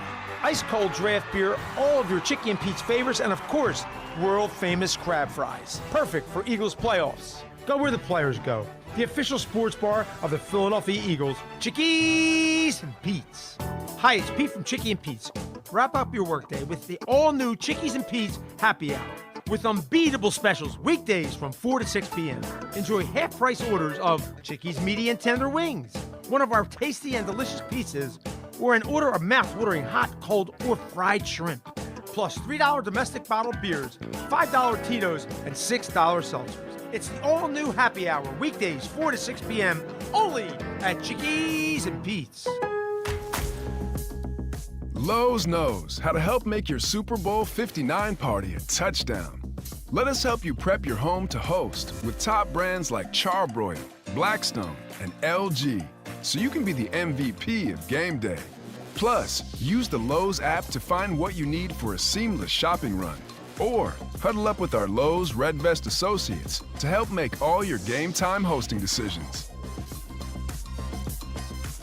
Where can you kick off the new year with big savings on gig speed? Only with Xfinity, now through January 16th. Get gig internet at home for $25 a month for 1 year when you add an unlimited mobile line, which connects you to gig speed Wi-Fi on the road. Act fast today and save more than $650 over AT&T and Verizon in your first year. Plus, hurry and take advantage, because right now you can also get a free 5G phone with trade-in. So save big and stay connected to what you love with fast gig speed internet and mobile. From home to hotspots, this new year, it's all about gig speeds and big savings. Don't wait and get gig speed internet. Spend less green and switch to Xfinity.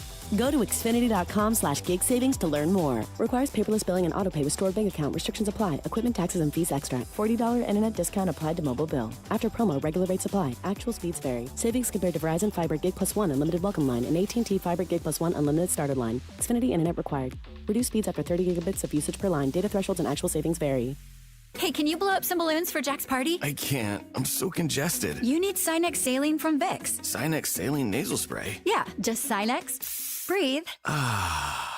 Sinex Saline instantly clears everyday congestion associated with colds and year-round allergies with a gentle, ultra-fine mist that's no mess and easy to control. Daddy, we need more balloons. On it. Enjoy life's important moments without congestion. Try Sinex Saline from Vicks. Just Sinex. Breathe.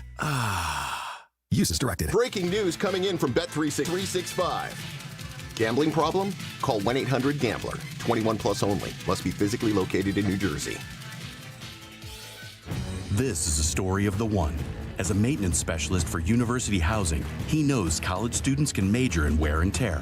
Plus, housing so many students doesn't leave a lot of room to house all the supplies he needs. That's where Grainger comes in. With over 1 million industrial-grade products and fast, dependable delivery, Grainger carries the quality products he needs so he doesn't have to. From a new door hinge to a whole new faucet. Call, click Grainger.com, or just stop by. Grainger, for the ones who get it done.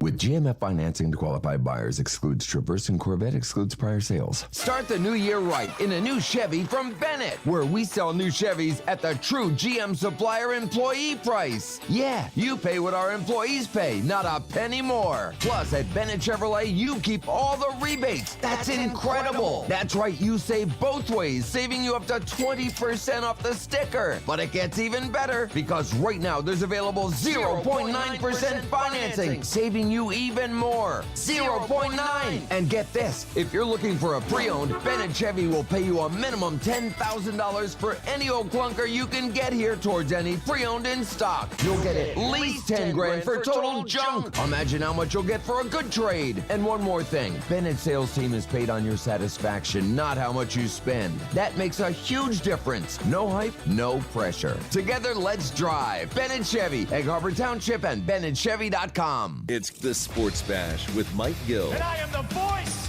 of the voiceless. On 97.3 ESPN and the 97.3 ESPN free mobile app. Not everybody's going to have the cars that the Philadelphia Eagles have. Now, that's a credit to Howie Roseman and the team that he's been able to put together, and by some good fortune for the Eagles, because they had a division rival in the New York Giants that thought better than to try to keep Saquon Barkley. So I think it was the perfect confluence of events that allowed you to put together this team. And so when you have the number one defense in all of football, when you have the best offensive line in football, when you have the best running back in football, when you have a top 5 receiving tandem, you don't have to overcook it. Super Bowl champion Chris Canty this morning on Sportsmanlike here on 97.3 ESPN. Of course, we will have all 4 NFL playoff games this weekend here on 97.3 ESPN. Talk more about the NFL playoffs, the Eagles, and more. Geoff Howe, he's a NFL insider from The Athletic. Give him a follow on the Twitter X platform at Geoff P. Howe. And he joins us right now here on 97.3 ESPN. Geoff, welcome in. How you doing today? Doing well. How are you? Doing pretty good. So, we do, obviously, this area, this is the Eagles country. I want to know from you, as someone who is not, covering the Eagles intently every single day, what is your perspective on the Eagles? Because, there's a lot of perspectives on, hey, great win against the Packers. The offense maybe didn't do as much. You have people like Chris Canty saying you don't need to overthink this. Just do what you do. What is your perspective on Philadelphia moving forward in this postseason? Yeah, I would never apologize for a playoff win, and I thought higher of the Packers than I think maybe most people. So I thought that was a good win regardless. I mean, the Jeff Hafley's defense with Green Bay was really good for a solid part of the year. So yeah, you're gonna struggle. He's made good offenses struggle. So it's also, I mean, you don't have to play perfect to win in the playoffs. I mean, before I started covering the NFL, I covered the Patriots for 12 years, and if they needed style points to advance in some of those rounds, they wouldn't have all 6 of those Super Bowls. So what I think of the Eagles is they're a team that signs up for a 60-minute bar fight every single week. They're going to be tougher than you, or at least they're going to attempt to be. And, they've got the biggest offensive line in the NFL, or at least right there with Detroit as 1 and 2. And they're going to run the ball. They're going to play an old school style. And when they need to hit the timely pass, I mean, they've got 2 excellent receivers who can help out Jalen Hurts. I thought Jalen Hurts didn't get, I know he wasn't perfect this season, and it probably wasn't his best season, but I think he kind of gets overlooked. I don't think he gets the credit that he necessarily deserves, because he controls, or he takes command of that running game, not just the stuff that he takes on and puts on his shoulders. There's a lot that goes through him. And then defensively, again, they're a tough team that has the same identity. And look, they're going to be a tough out, whether it's this week or in Detroit next week or what have you. I mean, this team is built to win at this time of year. Before I get to the Jalen Hurts point, I want to back up what you said about Jeff Hafley. What Jeff Hafley does with the Packers defense How does that compare to the other potential defenses Philly could face? Because they're facing the Rams this week. They've already seen them once. You have the Lions. You have Washington potentially for a third time. So where does Hafley and the Packers defense rank compared to the others? I would say in comparison to the other opponents still standing in the NFC, he probably had the best season as a defensive coordinator. But, man, I wouldn't overlook what Shula and the Rams are doing right now. I mean, they're on an absolute tear. Just if you look at the points allowed over the last 4 games, when their starters played, you throw out that last one against the Seahawks that they basically treated it as a preseason game. I mean, they got 4 straight games, 9 points or fewer. And I don't need to look at a deep dive into the rest of the numbers. That tells me all I need to see. I mean, this is a defense that's really cooking and playing well, and they've got their identity under Sean McVay. So they're tough. They're fast. They're young. They are a team that really needed to have the type of performance that they did on Monday night. So I think the rest of the country could see just how legit this group is, because we look at the Rams and the star power that they had during their last Super Bowl run, and we look at the stars who were still remaining there. I mean, obviously Aaron Donald retired, but Cooper Kupp isn't nearly himself. Matthew Stafford has flashes when he's still elite and has flashes when you wonder why he turns it over in the red zone as frequently as he has. But this isn't necessarily about the Rams of the star-powered Rams. This is a young group, a lot of valuable contributors on rookie contracts. So I think they're surprising people just because they're more of an unknown commodity than we're used to. I think the biggest thing that is going to separate these two teams, though, at least from I had a conversation with a handful of people yesterday as I worked through these playoff predictions that I get from coaches and executives around the league, and that'll come up later in the week. But the one that I had yesterday that stuck out more than most was the Eagles. Just their offensive line is way too big for the Rams' defensive front, and they think that's going to be the biggest difference in this game. All right, very interesting there from Geoff Howe here on 97.3 ESPN and the Athletic NFL Insider. So when you just mentioned about that, so then what is your response about the Rams defense to say they are undersized? Because there's a lot of people who point back to the first matchup between Philadelphia and the Rams and say Philly's O-line controlled a young defensive front for the Rams. Are the Rams undersized? Would they have trouble, you think, with a team like Philadelphia again? Yeah, I mean, I think they're undersized in relation to this matchup. And I don't know how, I'm not trying to be snarky here, but I don't know how their body weight compares to the other 31 teams or anything like that. But look, I think this is also a byproduct of the way that you've seen the league tilt so heavily in the offense's favor, where you're going to see defenses who are going to say, okay, if we're undersized, but at least we're fast. At least we can keep up with these offenses. At least we can get in these sub packages, and we feel like we can keep up if it's track meet or what have you.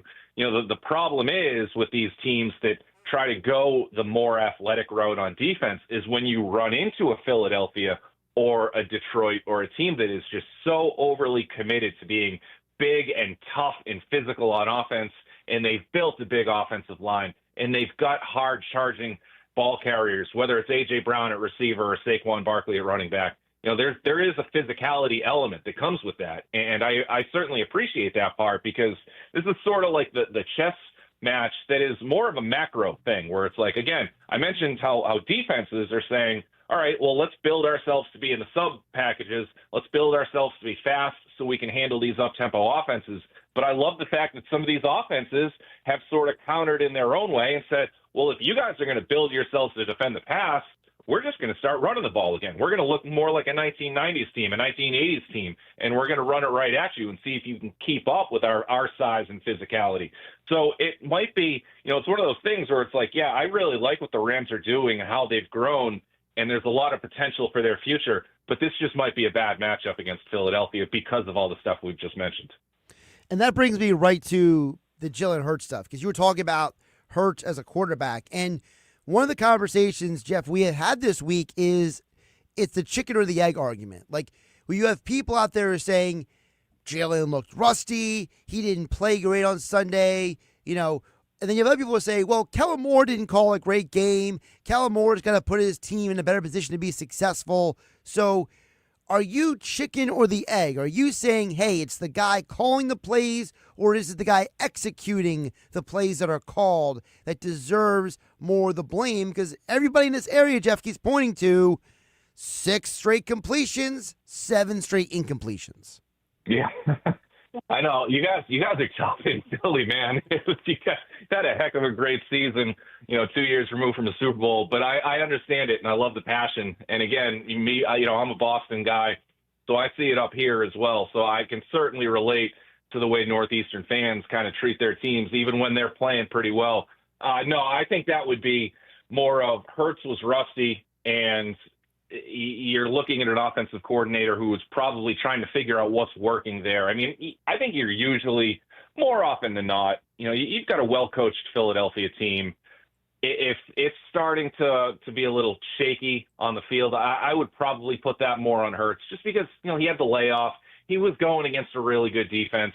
And it's just, it's a grind. You're trying to figure out what is going to work best for you. And, it doesn't necessarily have to be perfect, but when you are Kellen Moore and you're looking at this and saying, all right, I don't know if this offense can sustain a drive where they're getting 3 or 4 or 5 first downs in a row here, but let's just do enough to make sure that the field position battle doesn't get out of hands or what have you. Let's just do enough to win this playoff game, survive in advance. Now, that's the other side of it, because obviously we are in an NFL right now where there's a lot of good teams left in this tournament, Geoff. And I love the article in The Athletic where you talked about how, hey, when there are dynasties, there are, for lack of a term, victims, right? There are always these teams, these quarterbacks, these coaches. Like, for example, right now, there have only been 2 quarterbacks that beat Patrick Mahomes in the postseason. It's Tom Brady and Joe Burrow, right? And even though Jalen Hurts statistically outperformed Patrick Mahomes in the Super Bowl 2 years ago, it wasn't enough. So talk to us about the state of the NFL with that cloud hanging over everyone's head known as the Kansas City Chiefs. Yeah, it's wild. I mean, they just do so many things right. And I thought last year in particular was probably the biggest wake-up call for the rest of the league. Because remember, the narrative with the Chiefs last year, this time going into their first playoff game, was not all that different than it is right now. It was, okay, this team struggled a lot. Can they win games on the road for the first time in the Mahomes era? Of course they did. They answered every question. They won the Super Bowl. And it's almost like it was predetermined. You look at the way that they won all of these games this season. I was breaking down just the Texans-Chiefs matchup, just kind of going through some notes and trying to figure out some stuff for later in the week. And I'm like, oh, well, the Texans deserve some credit for playing the Chiefs close. And then I'm arguing with myself in my own big dumb brain. And I'm like, well, the Chiefs play everybody close. So do the Texans really deserve credit for that? But this is just a team that has shown you they're not going to beat themselves. You are often going to beat yourself when you're playing them, because you're going to overthink things, or you're going to make you're going to miss a block on a field goal attempt to win a game, or you're going to botch a snap when you have a chance to go down and create some noise. But this is just a Chiefs team that is so self-confident. They've been there and done that. Patrick Mahomes, the difference between Mahomes last year and this year is, I thought last year offensively they were kind of trying out a lot of things in the regular season, trying to see which guys that Mahomes could rely upon. Whereas this year, the offense has really just kind of struggled. It's sort of been flat through large stretches of the games. But I've talked to a defensive coordinator who has played Mahomes this season, or other coaches who have gone against Mahomes, and they're like, because I did these weekly quarterback rankings throughout the regular season, and I wanted to see, it's hard for me to sit here and drop Mahomes all the way down to number 4. And at the other side of it, it's like, well, is Mahomes really even playing the 4th best football out of all the quarterbacks in the league right now? And there's arguments to be made on both sides. But I guess what I'm trying to get at is the people I spoke to, the coaches I spoke to who have faced the Chiefs, are like, this guy is still playing at an extremely elite level, and notably when the game is on the line. And that just carries so much weight, because it doesn't matter what the score is more often than not. If Mahomes and the Chiefs are close in the fourth quarter, they've shown they're going to find a way to beat you. So it's the cloud right now is who else can kind of set up their own legacies. It looked like it could have been Joe Burrow a few years ago. They couldn't get the job done. Right now it looks like it's either Josh Allen or Lamar Jackson's season in the AFC. And maybe it will end up being, one of those teams is probably going to go into Arrowhead as the favorite next week. But can they finish the job? It really doesn't matter if they don't finish the job. You bring up Hurts, and that was a guy who I spent a little time, Hurts and the Eagles, a subject I spent some time in that Chiefs feature on. If they had a better break from the officiating crew down the stretch or whatever, they make one stop, one play basically goes their way. Think about the way Jalen Hurts is viewed across the league as a Super Bowl champion, or Brock Purdy, or Kyle Shanahan. There are so many guys who have sort of been thwarted, not unlike Patrick Ewing, Charles Barkley, Sean Kemp back in the 90s because they couldn't, or Karl Malone because they couldn't get through the Bulls, or Peyton Manning early in his career, or Steve McNair, or Phillip Rivers, or Danian Tomlinson because they couldn't get past the Patriots.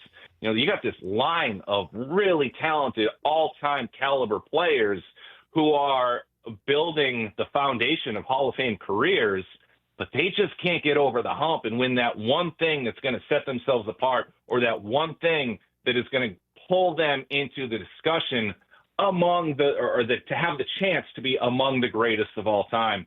And that's just what the Chiefs are having the Chiefs are having that effect on so many people around the league.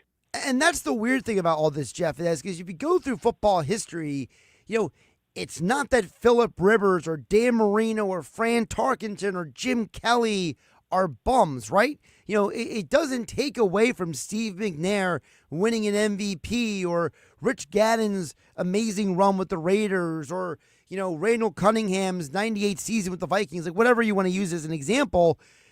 It's that the fact that these guys have literally turned into like villains in the sport. Yeah. Like you mentioned about being in New England, for anyone outside New England, Brady and Belichick, is the evil empire, right? And now Mahomes and Andy Reid, like they're more likable versions of an evil empire. They're like that villain that you like. There's a part of you when you watch a movie, you're kind of like, maybe I do want him to win this thing. Yeah, I mean, I can't speak for the national fan base or audience or what have you. I mean, now they got the Taylor Swift effect too. So like you've got a type of fan that wasn't necessarily my two daughters, for instance. If the Chiefs are on TV, they're like, oh my goodness, like we're going to watch this because we have a chance to see Taylor Swift. Any other team, including the Patriots, are on TV, they're like, yeah, Dad, you can watch football. We're going to go do anything else. So it's just. They're polarizing in completely different ways. I mean, the amount of attention that's on them, whether you love them or hate them or just respect them or whatever, wherever you fall in that, like I'm just thinking right now, I remember when I worked at the Boston Herald and Tom Brady went to the podium. I want to say it was like AFC Championship week. Maybe it was a Super Bowl like bye week or something, but it was a big playoff week.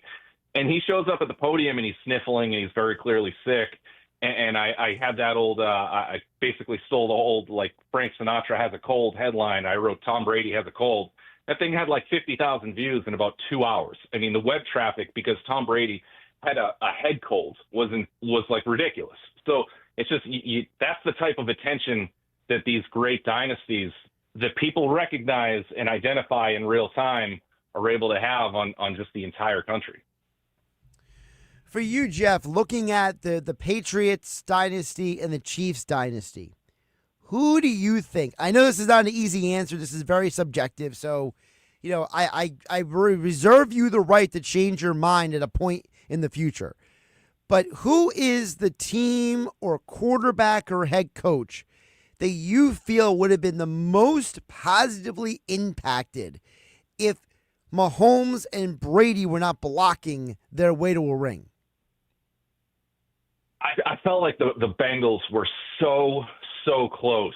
What was it? 3 years ago when they made the Super Bowl, and also had their own misfortune with the officiating. And then you saw the way that they kind of recalibrated on defense and kind of set that team back a little bit. But like if they won that game, they probably make some different decisions and I'm not saying they made any like horrible decisions. It was just the urgency behind those decisions is probably going to change the scope of these things. So you look at Burrow. I mean, Josh Allen, I think, is probably the easy one because he's lost to the Chiefs in the playoffs. I think it's 3 of the last 4 years. So that's, of course, the big one. I don't know if Buffalo was necessarily ready to win a Super Bowl in those years yet, but they were close, and they didn't get the chance to. You look at the Patriots, and I just remember the Chargers were such a big one. Peyton Manning was always like the rivalry, but it was a respected rivalry, and eventually toward the end, he won his final 3 playoff matchups with Tom Brady and the Patriots, so he eventually got his. But you look at the Chargers and how talented those teams were in the middle 2000s, and LaDainian Tomlinson, I mean, he was unbelievable, but there was talent across the board. Their defense was outstanding.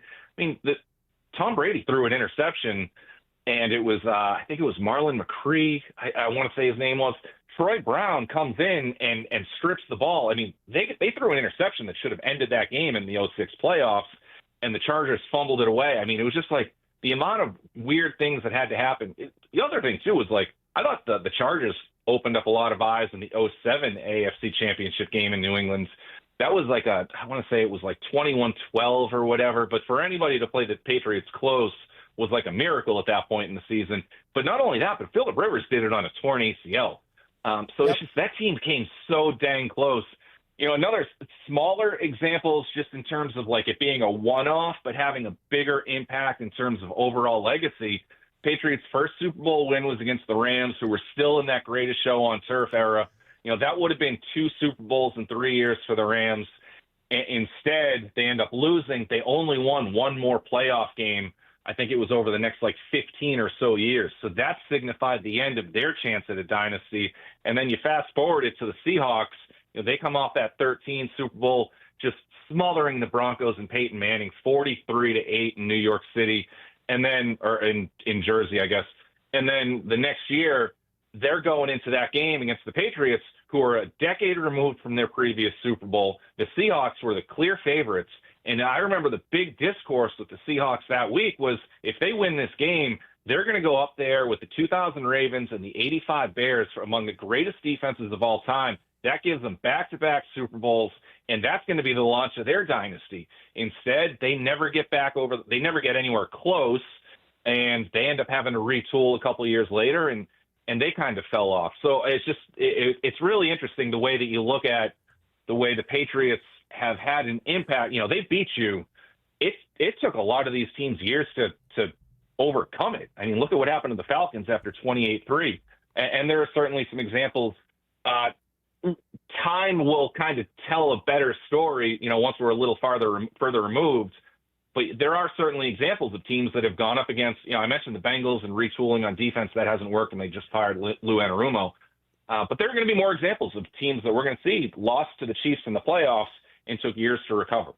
And I would also say, before I let you go, Geoff, it's also on the flip side, too, because when the Eagles beat the Patriots, they regressed every year after that under Doug Peterson. The Giants, the next year after beating the Patriots, they were never the same. So it kind of goes in both directions, that even if you beat the Patriots in the Super Bowl, it took something out of you as well. Geoff Howe, of course, covers the NFL for The Athletic at Geoff P. Howe on the Twitter X platform. He's the NFL insider for The Athletic, and he joined me right here on 97.3 ESPN. I highly recommend reading his article about how dynasties impact the rest of the NFL over at The Athletic. It was a great read. Geoff, I appreciate you jumping on today. We'll talk soon. Of course. Thanks so much for having me. Fun time. Have a good weekend. Josh Hennig filling in for Mike Gill here on 97.3 ESPN. We'll wrap up the hour here next as we get you ready for the 4 o'clock hour. Of course, Eagles insider Jeff Mosher will join us at 4. And then Knicks Nuggets coming up at 4:30. All still to come here on 97.3 ESPN FM and the 97.3 ESPN mobile app powered by First Bank of Sea Isle City. It's Sixers basketball tonight on 97.3 ESPN with the voice of the Sixers, Tom McGinnis, calling all the exciting play-by-play action. Yabusele in, Maxey for three. It's up and good. Oh, yeah! He's been known with the prolific fourth quarters. It's Sixers Knicks tonight. Coverage begins at 7:30. It's Sixers basketball all season long on South Jersey's radio home for Philadelphia 76ers basketball. 97.3 ESPN. So you need a new car or SUV, but you're upside down in your trade, but you're worried about your down payment, but your credit is less than perfect. Bring your butts to any Matt Blatt Kia today. With over 1,100 new Kias, all with zero down, zero payments until April, or get $10,000 in bonus cash, or 0% for 72 months on every clearly marked Kia EV6 and 9. Buried in a loan or lease? Matt Blatt Kia wants to get you released. New all-wheel drive Kia Sportage or Sorento. 1.9% for 60 months. Matt Blatt Kia. With our PA and New Jersey Kia Superstores, Abington, Egg Harbor Township, Toms River, or right to your front door. It's gotta be a Matt Blatt Kia. With approved credit, $1,389 per thousand finance. Not all will qualify. Credit may affect down payment. Offers can't be combined. Go to mattblattkianj.com for complete details or 888-505-6670. Price includes all costs to be paid by consumer, except for licensing, registration, and taxes through KMF. Rebates and incentives to dealer. Expires 2/4/25. Matt Blatt Kia, 6211 Black Horse Pike, Egg Harbor Township, and on Route 37 in Toms River. Paid for by Christian Care Ministry. So right now may be the perfect time for you to rethink how you pay for health care. And here's why. This time of year is decision time for a lot of people, but it's also when you can join MediShare and save even more than usual. For many families, joining MediShare means saving about $500 a month, which is a game changer for a lot of people, obviously. But what's more, MediShare members like it a lot. Their satisfaction rate is 98%. Imagine that. And MediShare is a proven thing, too, for over 30 years. It's a Christian community of hundreds of thousands of people now. And here's the thing. If you join before January 15th and you use the promo code SHARE, they'll waive your application fee. So you save even more right off the bat. I'll give you the number here in a second, but just call and you'll get a price within 2 minutes. And again, the deadline is January 15th. So call now and you'll save even more. Here's the number, 855-51-BIBLE. That's 855-51-BIBLE, 855-51-BIBLE.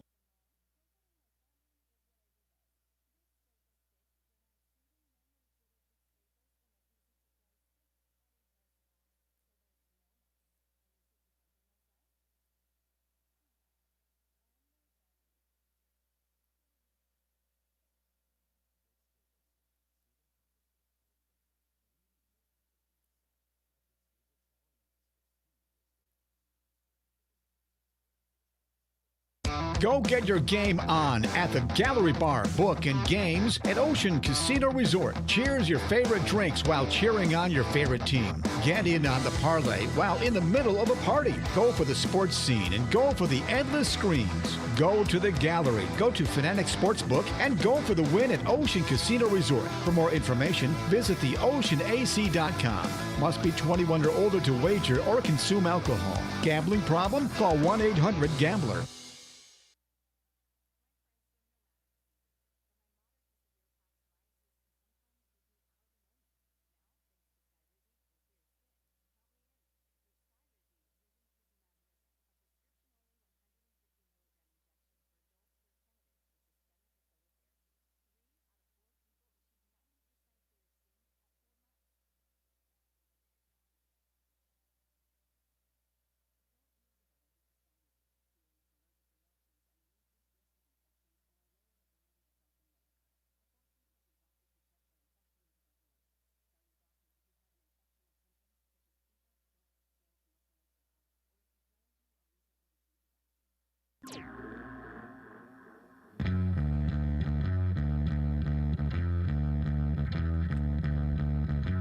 Josh Hennig here on 97.3 ESPN, wrapping up the 3 o'clock hour, brought to you by Broadleys Plumbing, Heating, and Air Conditioning.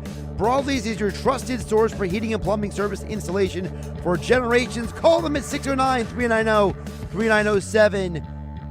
Visit them online at broadleys.net. All right, coming up next, Geoff Mosher. We'll get the latest from him on the Eagles, who are currently practicing at the link and blasting straight out of Compton on the music speaker. We'll get Jeff Mosher's insight on this Tim McManus article and the Nick Sirianni, Jalen Hurts stuff. All that and more coming up next here on the Sports Bash. Josh Hennig filling in for Mike Gill on 97.3 ESPN. This is the home of Philadelphia Eagles playoff football. It's the NFC divisional round of the playoffs as the Eagles host the LA Rams this Sunday at the Link. Nice catch by Goddard, who breaks the tackle across the 5. Touchdown! Goddard, beast, pushes him in the face twice and into the end zone. Eagles radio network coverage begins at 2 p.m. Merrill Reese and Mike Quick call all the action starting at 3 p.m. This is South Jersey's official home for Eagles playoff football. 97.3 ESPN. Hey, it's Mike Gill. The Nizam's Indian Restaurant on Route 40 in Egg Harbor Township is ready to serve you delicious Indian dishes. NJ.com ranked them as the #2 best restaurant in all of New Jersey. And this just in. It's their Eagles football special. Your table receives free tandoori, spicy chicken wings if the Eagles win for dine-in customers only. Join them for a special lunch buffet, Fridays through Sundays from 11:30 to 3 p.m. Visit thenizams.com for more information. This is the story of the one who, as a maintenance specialist for a historic high-rise, knows that vintage charm historically needs constant attention. Which is why when it's time to upgrade turn-of-the-century mechanicals, they turn to Grainger. With easy access to 1 million-plus products and the scale to deliver when and where you need them, the right tools and supplies are never far away. So the one can keep that vintage building running like new. Call, click Grainger.com, or just stop by. Grainger, for the ones who get it done.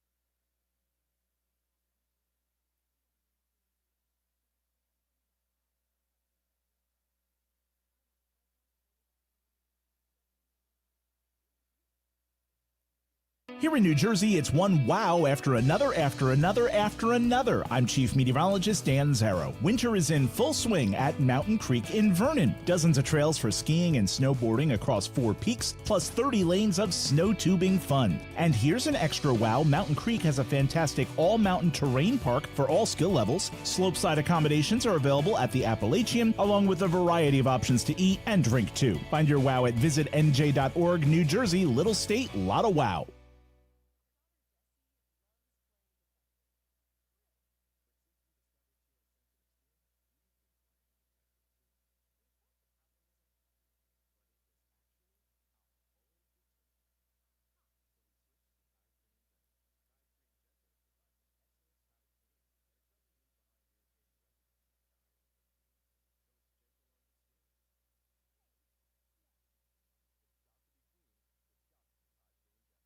How do you spot the all-new Nissan Rogue Rock Creek? Here's a hint. It's got all-terrain tires, a tubular roof rack you can't miss, and it's tough inside and out with lava red detailing. You'll also find it in its natural habitat, climbing mountains, attacking rugged trails, and never backing down from any adventure. The first ever Nissan Rogue Rock Creek. Intelligent all-wheel drive cannot prevent collisions or provide enhanced traction in all conditions. Always monitor traffic and weather conditions. Always secure cargo. Heavy loading of the vehicle with cargo, especially on the roof, will affect the handling and stability of the vehicle. Progressive presents Renter's MVP's Most Valuable Possessions. Today's MVP, Tom Kelly's carbon fiber mountain bike. Because more than riding his carbon fiber mountain bike, Tom loves telling people about his carbon fiber mountain bike. Friends, family, even a local barista knows about his carbon fiber mountain bike. And that's why Tom's carbon fiber mountain bike, if you haven't heard about it, is today's MVP. Keep your most valuable possessions protected by bundling your renters and auto insurance with Progressive. Progressive Casualty Insurance Company affiliates and other insurers not available in all states.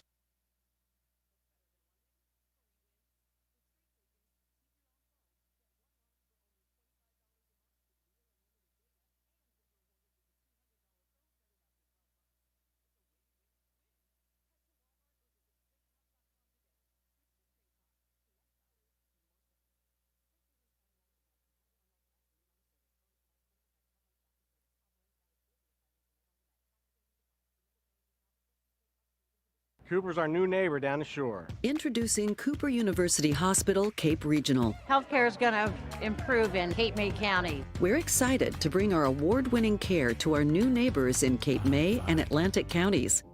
You'll have greater access to top specialists, advanced technology, innovative treatments, and outstanding cancer care at MD Anderson Cancer Center at Cooper. Cooper University Healthcare. Extraordinary happens here. South Jersey's official play-by-play home of the Eagles, Sixers, and Flyers. At 0 point would I ever consider not being a fan of the team. 97.3 ESPN, WENJ, WENJ HD, Millville, Atlantic City. A Town Square media station serving all of South Jersey. 97.3 ESPN presents The Sports Bash with Mike Gill. It's time for Football at 4, powered by the Inside the Birds podcast. Just hungry to bring back another Lombardi to Philly. The fans deserve it. Our team deserves it. Culture begs for it. Now live, this is Football at 4. This job isn't just X's and O's. It is so much psychology. You're playing therapist. Like, you have to have, you don't have to, but a degree to some extent in psychology to understand how you got to coach different guys differently, how you got to motivate. Locker rooms are lost on certain comments from guys. Guys can come in and lose locker rooms right away because they don't command the respect, or they don't hold people accountable. Joe Fortenbaugh earlier today on 97.3 ESPN Midday, host of the national show, reacting to, we talked about it at the top of the show in the 2 o'clock hour, the Tim McManus article breaking down Nick Sirianni. Not 1, not 2, not 3, 4, 5, 6 players on the record, all explaining in detail why they love this head coach. And as Fortenbaugh said, it's less about football in terms of X's and O's and game planning. It's more about, can you connect with people? Do people want to listen to what you have to say? You know, there's the old story, and I know it's not an apples-to-apples comparison, but hear me out for a second, folks, because if anybody knows me long enough, I'm a history major. And if you saw my article at 973ESPN.com late last night, I wrote about the presidents who have visited New Jersey on vacation. It's actually, for those who don't know, it's 25% of U.S. presidents have visited New Jersey on vacation. And one of the stories that is significant in American history is about Albert Einstein. And the story goes is that Albert Einstein had to be convinced to be part of the Manhattan Project. And I know some of this story has been kind of reframed in the Oppenheimer movie for film purposes. But to the point of the story is, people were trying to convince Einstein to be a part of the Manhattan Project initially because he didn't really want anything to do with it at first. And when they asked him about, well, what's the problem? He said, do you know what it's like to be the smartest person in the room and nobody wants to listen to you? And that statement profoundly impacted a lot of people, to the point where even President Franklin Roosevelt was stunned when he was told that later on, because you can be the best coach, the smartest X and O guy, a savant, a genius, all these things. But if you can't connect with people on a fundamental level, nobody cares. And that's where Nick Sirianni comes into this conversation. Nick Sirianni is not the best X and O guy. He is not a football savant. He is not some certified genius when it comes to football. But what he is someone who has found a way to connect with his players at a fundamental level and in a unique and personal way, that when he speaks, they listen. When he is passionate, when he holds them accountable, they fall in line because they know where he is coming from as a man, as a coach, as a human being. And for this team and this organization, that seems to matter. And it probably matters more in life than we give it credit for. That on the outside, we may think someone is weird and quirky and odd, but in the back room, when no one's watching, the work that they do genuinely matters more than people give them credit for. And I think that is a huge part of this conversation with the Philadelphia Eagles, why they are where they're at. And yeah, on the outside, we may be like, oh, look at this team. They're blasting straight out of Compton on the speakers during practice. But that might just be part of the Sirianni, for lack of a better term, charm. That this guy has found a way to connect with these players on an intimate level. And you know what? Who cares how it looks on the outside if the players are bought in the building? Of course, rematch number 2 this Sunday for the Eagles. This time versus the Rams. And to talk more about it, of course, Geoff Mosher, Eagles insider and reporter from the Inside the Birds podcast. Like and subscribe wherever you get your podcasts. InsideTheBirds.com, at Geoff P. Mosher on the Twitter X platform. And, of course, don't forget the Patreon account where you get all the extra special insights from guys like Greg Cosell. Geoff, welcome in. How you doing today? I'm great, Josh. How are you? Doing pretty good. And I mentioned earlier in the show, I want to kind of loop you in here because I said, Tim McManus, that article he posted this morning, for me, fell in line with some of the reporting that you and Adam have done with Inside the Birds, which is inside the building, people like Sirianni. They have embraced who he is.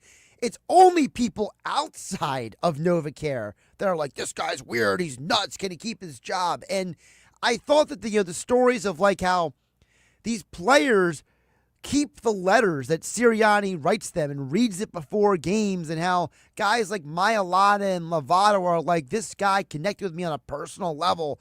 Like, now you can see why Sirianni is beloved, because you can be the smartest football guy and nobody likes you, Geoff, but you can be a good football guy who people love and they will want to win for you. Yeah, Josh, I mean, and this goes back to ownership and Jeffrey Lurie, moving on from Chip Kelly after a failed experiment and remembering from his standpoint as an owner, what kind of coach worked best within the environment that Lurie and that back then Joe Banner cultivated. With Andy Reid getting a guy who was not only a brilliant strategist, but also a real good connector in the locker room. They lost their way with Chip Kelly when they gave him all the power, when he wasn't known for his great connection with his teammates. It's been well documented. Now, Doug Peterson was a guy who did also connect well. They fought for him. You remember the year after the Super Bowl, the 2 years after the Super Bowl, the Eagles got off to some slow starts, and they really had to fight and scratch and claw to get back into the playoffs, and they did that. It was never a question of, does this coach connect well in the locker room? Now, there was a question after they moved on from Doug about his vision for the team, his ability to put together a staff, his ability to get the ship righted again. And that's what led to him being fired. But, the traits and the qualities that Jeffrey Lurie was looking for in his next head coach didn't really waver. I think that's, obviously it came down to Nick Sirianni and Josh McDaniels. And people wondered, why would you hire Nick Sirianni, who's not even an offensive play caller from Indianapolis, right? When you have Josh McDaniels, who's won this, that, and the other with the Patriots, and who's known as a brilliant strategist and so forth and so on. And clearly what you've seen with Nick Sirianni, and you can love him, you can hate him, whatever, but he does connect with his players in a way that makes them want to play for him and makes the environment inside the NovaCare complex, for the most part, pretty healthy, pretty functional as far as player relations with coaching staff. And we've also seen with Sirianni, and some of this is also on Howie Roseman, but the head coach has to also be in sync with it, right? Is the ability to put together a pretty good staff here. Did it 2 years ago, and doing it again, specifically on the defensive side, bringing in a guy like Vic Fangio, who's been a head coach, and not fearing that this guy might take my job. Bringing in Kellen Moore, who's been an offensive coordinator, who's had interviews for the Eagles head coaching job not being afraid to bring him in there. So that takes a lot of selflessness on Nick Sirianni's part, and the way he connects with his players is definitely one of the reasons that I think that through thick and through thin, and when the walls feel like they're caving in, as they can do around here, even after a win, they are able to hold it together. How much of it also goes back to one of the things that you and Adam reported during the Doug Peterson era was that Doug was not great at managing his coaches, that Doug was not great at, handling his own coaching staff at times. Is it maybe part of this also is Sirianni, maybe he's more like Andy Reid, where he's really good at handling the people who work under him and putting them in a position to have the success that they do? And people who we've spoken to who've coached with Nick Sirianni or alongside Nick Sirianni have always said positive things about him. Does that make him Vince Lombardi? No, but it just means, to your point, to the ability to understand. Remember, when they hired, all right, this is going to make some people mad, but I mean, if we're enough removed from it, we can all appreciate it. Okay, when Nick Sirianni was hired by Jeffrey Lurie, one of the attractants that Lurie had to that was that Nick was pretty sure he was going to be able to bring Jonathan Gannon in as defensive coordinator, and Jeffrey Lurie knew about Jonathan Gannon. He knew that the league respected Jonathan Gannon, and that Jonathan Gannon was on that list of guys who were just a few steps away and a little seasoning away from being a future head coach. Well, all of that has come true. So I know that it's sort of like a cringeworthy name for a lot of Eagles fans because of how it started. I mean, we almost forget that he did preside over the last Super Bowl defense. But the point is, that's the kind of connection that Nick had, right? And he knows the league. And again, he was able to bring in, even in a tumultuous offseason last year, some pretty significant coaches to the staff without ego involved. Geoff Mosher joining us here on the Sports Bash. Josh Hennig filling for Mike Gill on a Wednesday on 97.3 ESPN at Geoff P. Mosher on the TourX platform.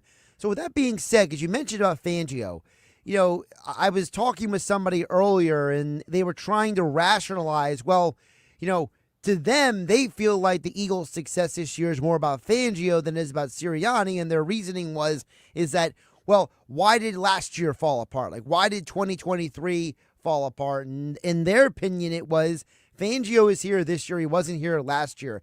Is that a fair line to draw? Yeah.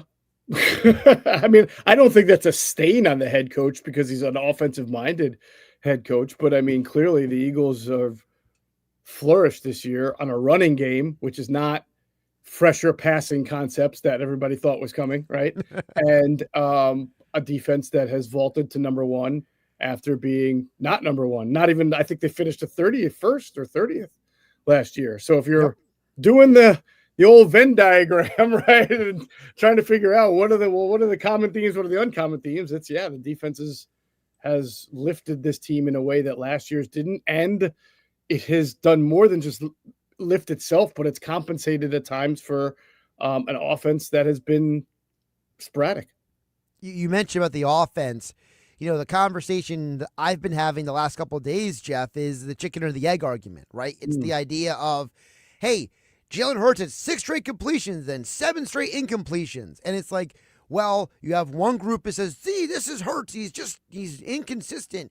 And the other group of people are like, Kellen Moore needs to be a better play caller. And to me, it's chicken or the egg argument. Like, who are you going to blame first? Is it the guy who's sending the play into the quarterback, or is it the guy who is executing the play on the field? Sports is complicated, and you're bringing up a great chicken and the egg is a great analogy. Because there's really just not one hard answer all the time. A coach is going to coach to his players' strengths and weaknesses, right? And a player is going to try to execute the plays that are called in, whether he agrees or disagrees with them or not. And I think part of this relationship is that it's in its first year between the new coordinator, Kellen Moore, and Jalen Hurts. I'm going to guess part of the relationship is that Kellen Moore has succeeded without Jalen Hurts as far as, having high-ranking offenses. And Jalen Hurts has succeeded without Kellen Moore as far as leading high-ranking offenses. And so that's probably been difficult for them. But I'm going to give you a play from the game against the Packers that really illustrates what you're talking about. You might remember late in the first quarter, the Eagles are up 7-0. They have a chance to go up 14-0. They're in the red zone for the Packers. It's 3rd and 10. It's the first time, I know the broadcast talked about it. It's the second time actually in 3 plays that the Packers decide to put 7 men at the line of scrimmage and show what they call zero pressure, which means no safety. They're coming at you with everybody, and anybody who's not blitzing is in man coverage, right? Or at least off coverage on them on a certain player. That's not the play call. If you watch the tape, it was a screen, a middle screen, which, as you know, that takes kind of a time to develop. The offensive linemen have to engage, then they have to disengage. The running back has to come into the middle of the field. Like, it's a slow developing play. Why would you run that play call against a zero blitz? You would not. The chance of success is probably less than 1%.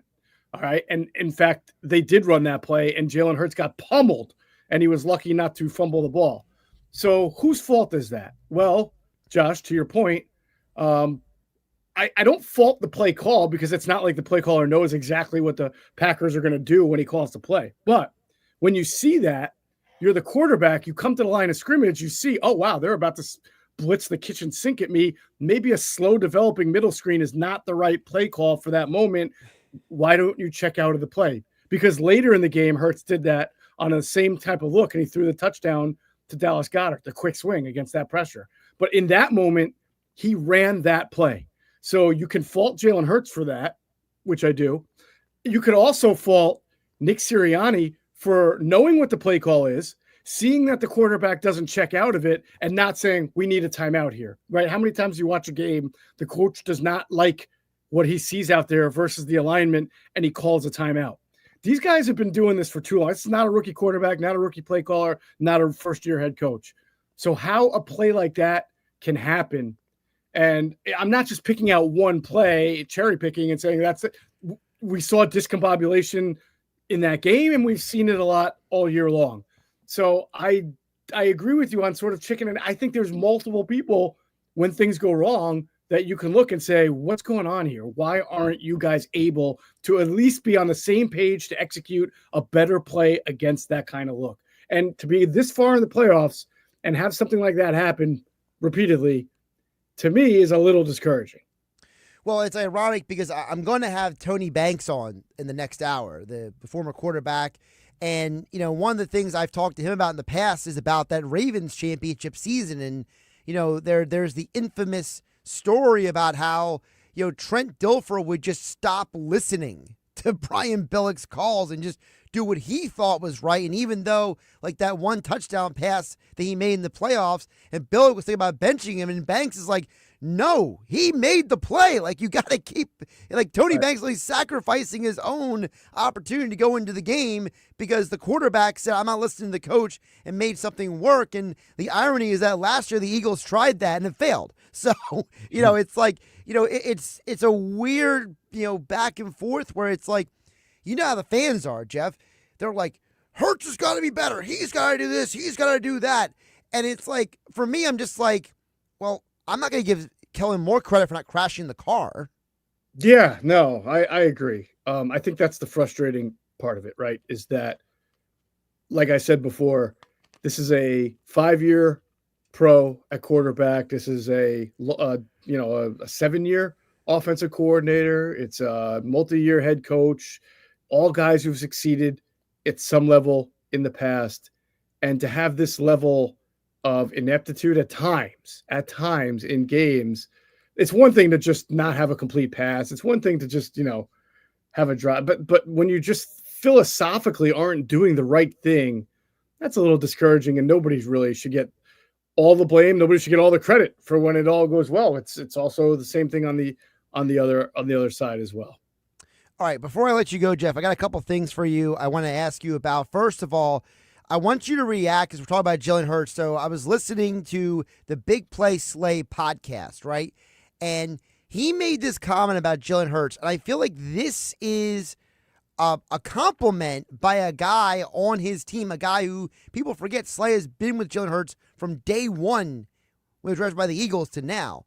Mm-hmm. And, you know, Slay's first year with the Eagles was Hurts' first year with the Eagles. And I thought that this comment he made on the podcast about the Jahan Dotson touchdown was very interesting. Take a listen. First drive after the turnover, sit back in the pocket, doing nice. I can tell you now, he has getting very more poised as the year getting older. Like, he's becoming way more poised every year. Like, the old Jalen, with a sorry-ass little space right there, stepped up and ran. You know what I'm saying? But now he stepped up, be patient. Like, hey, one thing he do know is the DBs can't cover forever. And it's always a clock going in his mind. Like, okay, 1 minute, 2 minutes, got to get rid of it. But as he felt the surroundings, like, oh, I'm still good. Your reaction to that analysis, Geoff? Who was that again, by the way? I missed it. Darius Slay. Darius Slay. So Adam and I and Greg Cosell do a show every week called Inside the Tape, where we cut up a lot of, all 22 clips from the game. We have Greg analyze it and break it down because he's the best in the business of doing it. And it'll be out tomorrow morning as well on Inside the Birds platforms. And there are, Josh, I can tell you, there are a dozen times, at least this year, where we found a clip of a similar play where he has protection and he does bail the pocket. And there's times where he has protection and he does not bail the pocket. And unfortunately, it's not linear. Like earlier in the season, he was bailing the pocket. Later in the season, he was, it would be like week to week. So I can't really agree totally with Slay. I can say, yes, he has since year 1 and year 2 done a better job of at times trusting the protection, but there are times where he doesn't, even though it's there, and he bails and, throws the ball out of bounds or does something differently. And the most maddening, frustrating thing on a week-to-week basis is trying to figure out, Josh, why he did it 1 week, but not the week before and vice versa. Just like, why did the Eagles come out against the Steelers with no huddle, empty formations, spread out, pass the ball all over the place, move the ball, get Hurts in a rhythm, and then we haven't seen that. So we didn't do it against Washington, didn't do it against Green Bay. I don't get it. They succeeded that way. I know you can't do everything the same all the time, but if that's something that gets your quarterback and your pass offense in a rhythm, wouldn't you try to do that a little more? So I throw my hands up. I'm not an expert. Well, it's the same question that I have about week 1, right? In week 1, when they ran motion, Jalen Hurts was almost perfect as a passer. When they didn't run motion was all of his interceptions and turnovers. So it's like, as you go through the year, then you see, you mentioned the Steelers game. They ran motion in that game. Well, why didn't they run motion in the Washington game? Why didn't they run motion in, what was it again? The first Washington game, right? Like, it's this whole thing where it's like, you hate to be that guy, but it's like the line's like, why? No, we shouldn't hate. We should embrace being that person, because that means we're not sitting here making stupid analysis based on nothing. We're asking a very legitimate question. Why? And it's a question that's not about, it's a question for everybody, for Jalen, for the coaches, for everyone. Why? Why wouldn't a coach want to do something that succeeds for the offense? Why wouldn't a quarterback want to do something, even if he hasn't done it before or much before, if the results say it's good for your offense? I don't know. I know Peyton Manning didn't like motion and stuff because he liked to see a clear picture. He's been, a lot of people know who coached him. He liked it. So that's the answer to that why. Because the quarterback of that offense didn't like it. And because it didn't like it, they didn't do it. And guess what? It's okay, because they scored a ton of points and he was a 10-time All-Pro and he's in the Hall of Fame and all of that. And so why doesn't Jalen and Kellen, why can't they add it? Is it one? Is it the other? I think it's a really good, that's a journalist question. Why? We've dug around, we've gotten different answers. It doesn't really matter. At the end of the day, they don't do it, and that's the answer. I'm still convinced that there's a lot of things that we will not find out until 20 years from now when the 30 for 30 comes out about the Howie Roseman Eagles. And there's all going to be all kinds of weird things. And like guys like you and me are sitting back and be like, well, that explains everything. You know what I mean? I guess. I hope so. I've watched some 30 for 30s, which are so fantastically produced and done. And I've still, at the end of them, said, man, I can't believe that happened. Why'd that happen again? Why'd the Big East expand just to make football a big thing? And kill itself? Why? It's like there's been some crazy stuff. Geoff Mosher, UConn basketball fan, by the way. Huge. Before I let you go, because we won't get a chance to talk to you on Thursday and Friday, of course, Andrew DiCecco on tomorrow's show, Adam Kaplan on Friday. What is your biggest concern and what is your biggest key for Philadelphia in the rematch with the Rams? Obviously, I think the big concern has to be the linebacker position that, is going to probably be a platoon between Oren Burks and Jeremiah Trotter Jr. Obviously the Packers, you watch all 22, as soon as Dean went out, they started funneling a lot of their offense onto that side of the field, made some plays. There were some missed tackles.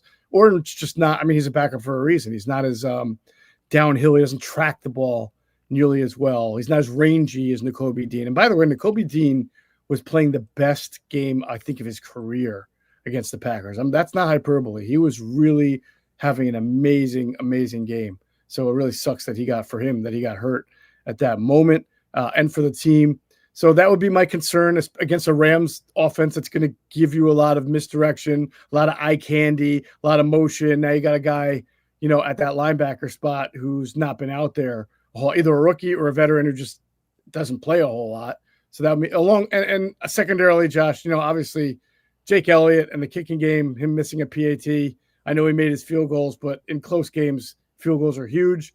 The fact that Nick Sirianni passed on a 57-yarder, which in the past I think he would have automatically pulled Jake out for, was a telltale decision by Nick, and I'm not criticizing it. It probably was the right decision. So that would be my big concern. And what my reason for optimism? Oh, the other part was what is going to be your key if Philadelphia wins the game? The Rams secondary, I don't think is very dynamic. It's got some journeyman corners in Darius Williams and Akila Witherspoon. Their safeties are good, but not dynamic. They kind of remind me of the Eagles secondary from 2 years ago, just not having a CJ Gardner-Johnson. So, if the Eagles can get their passing game together, I think they can strike pretty well against that Rams secondary, but you got to block them up first. See, my big key, I've already said it multiple times, Geoff. I'm not giving any secret away here. My concern is Philadelphia has to have a lead all game. Because my biggest worry in this game is if it's a tie game and 2 minutes left and Matthew Stafford has the ball, I'm sweating bullets because the dude has the most fourth quarter comeback wins of all active quarterbacks. Like there's something about a guy like that when he has the ball at the end of the game and you're just like, oh no, here we go. Yeah, that's a fair concern. I think the Eagles defense has done great this year, but it's also been asked to carry quite a load at times. They've played the least defensive snaps in the NFL, so they're not used to being out there for a whole long time, but the Rams are a ball control offense. So I would agree with you. Fourth quarter, tight game. You just wonder, will they have the legs to be out there and make the stops they need to make? Good stuff. He's Geoff Mosher. Inside the Birds is the podcast. InsideTheBirds.com is the website. Like, subscribe, wherever you get your podcasts. Also, YouTube, Inside the Birds. Inside the Birds Patreon. And as Geoff mentioned, tomorrow morning is the tape review with Greg Cosell. Geoff, appreciate you jumping on the conversation. All right, Josh. Talk to you soon. And of course, Josh Hennig filling in for Mike Gill here on 97.3 ESPN and Football at 4, brought to you by Bet365. Whatever the sport, whatever the moment, it's never ordinary at Bet365. Still to come, as I mentioned earlier, Tony Banks, the Super Bowl champion quarterback, 10-year NFL pro, will join us in the next hour. But on the other side of this break, it is the one and only Nick Earnshaw for today's edition of Nick's Nuggets on 97.3 ESPN. Wake up weekday mornings from 6 to 10 a.m. with Unsportsmanlike on 97.3 ESPN with Evan Cohen, Super Bowl champion Chris Canty, and Michelle Small. Can't wake up without it. Brought to you by the Gallery Bar Book and Games at Ocean Casino Resort in Atlantic City. With GMF financing to qualified buyers, excludes Traverse and Corvette, excludes prior sales. Start the new year right in a new Chevy from Bennett, where we sell new Chevys at the true GM supplier employee price. Yeah, you pay what our employees pay, not a penny more. Plus, at Bennett Chevrolet, you keep all the rebates. That's incredible. That's right, you save both ways, saving you up to 20% off the sticker. But it gets even better, because right now there's available 0.9% financing, saving you you even more. 0.9. And get this, if you're looking for a pre-owned, Bennett Chevy will pay you a minimum $10,000 for any old clunker you can get here towards any pre-owned in stock. You'll get at least 10 grand for total junk. Imagine how much you'll get for a good trade. And one more thing, Bennett's sales team is paid on your satisfaction, not how much you spend. That makes a huge difference. No hype, no pressure. Together, let's drive. Bennett Chevy, Egg Harbor Township, and BennettChevy.com. My friends swim no matter the season, but my moderate to severe plaque psoriasis can sometimes take me out of the moment. Now, thanks to Skyrizi and clear skin, count me in. With Skyrizi, Risankizumab Riza, a prescription-only 150 milligram injection for adults who are candidates for systemic or phototherapy. 3 out of 4 people achieve 90% clear skin at 4 months. Don't use if allergic to Skyrizi. Serious allergic reactions and an increased risk of infections or a lower ability to fight them may occur. Before treatment, your doctor should check for infection and tuberculosis. Tell your doctor if you have an infection or symptoms such as fever, sweats, chills, muscle aches, or cough, or if you plan to or recently received a vaccine. Thanks to Skyrizi, there's nothing on my skin, and that means everything. Ask your doctor today about Skyrizi, the #1 dermatologist-prescribed biologic in psoriasis, and visit skyrizi.com or call 1-866-SKYRIZI to learn more. Hey, it's Mike Gill from the Sports Bash. The action is heating up this playoff season at ESPN Bet Sportsbook. Lock in your touchdown picks, check out trending parlays, and increase your winning with profit boosts. New customers can bet $10 to get $100 in bonus bets and unlock 30 days of ESPN Plus. Download the ESPN Bet Sportsbook app and sign up with the promo code RADIO100. That's RADIO100 to get started today. Must be 21 or older. Gambling problem? Call 1-800-GAMBLER. Terms and conditions apply. See app for details.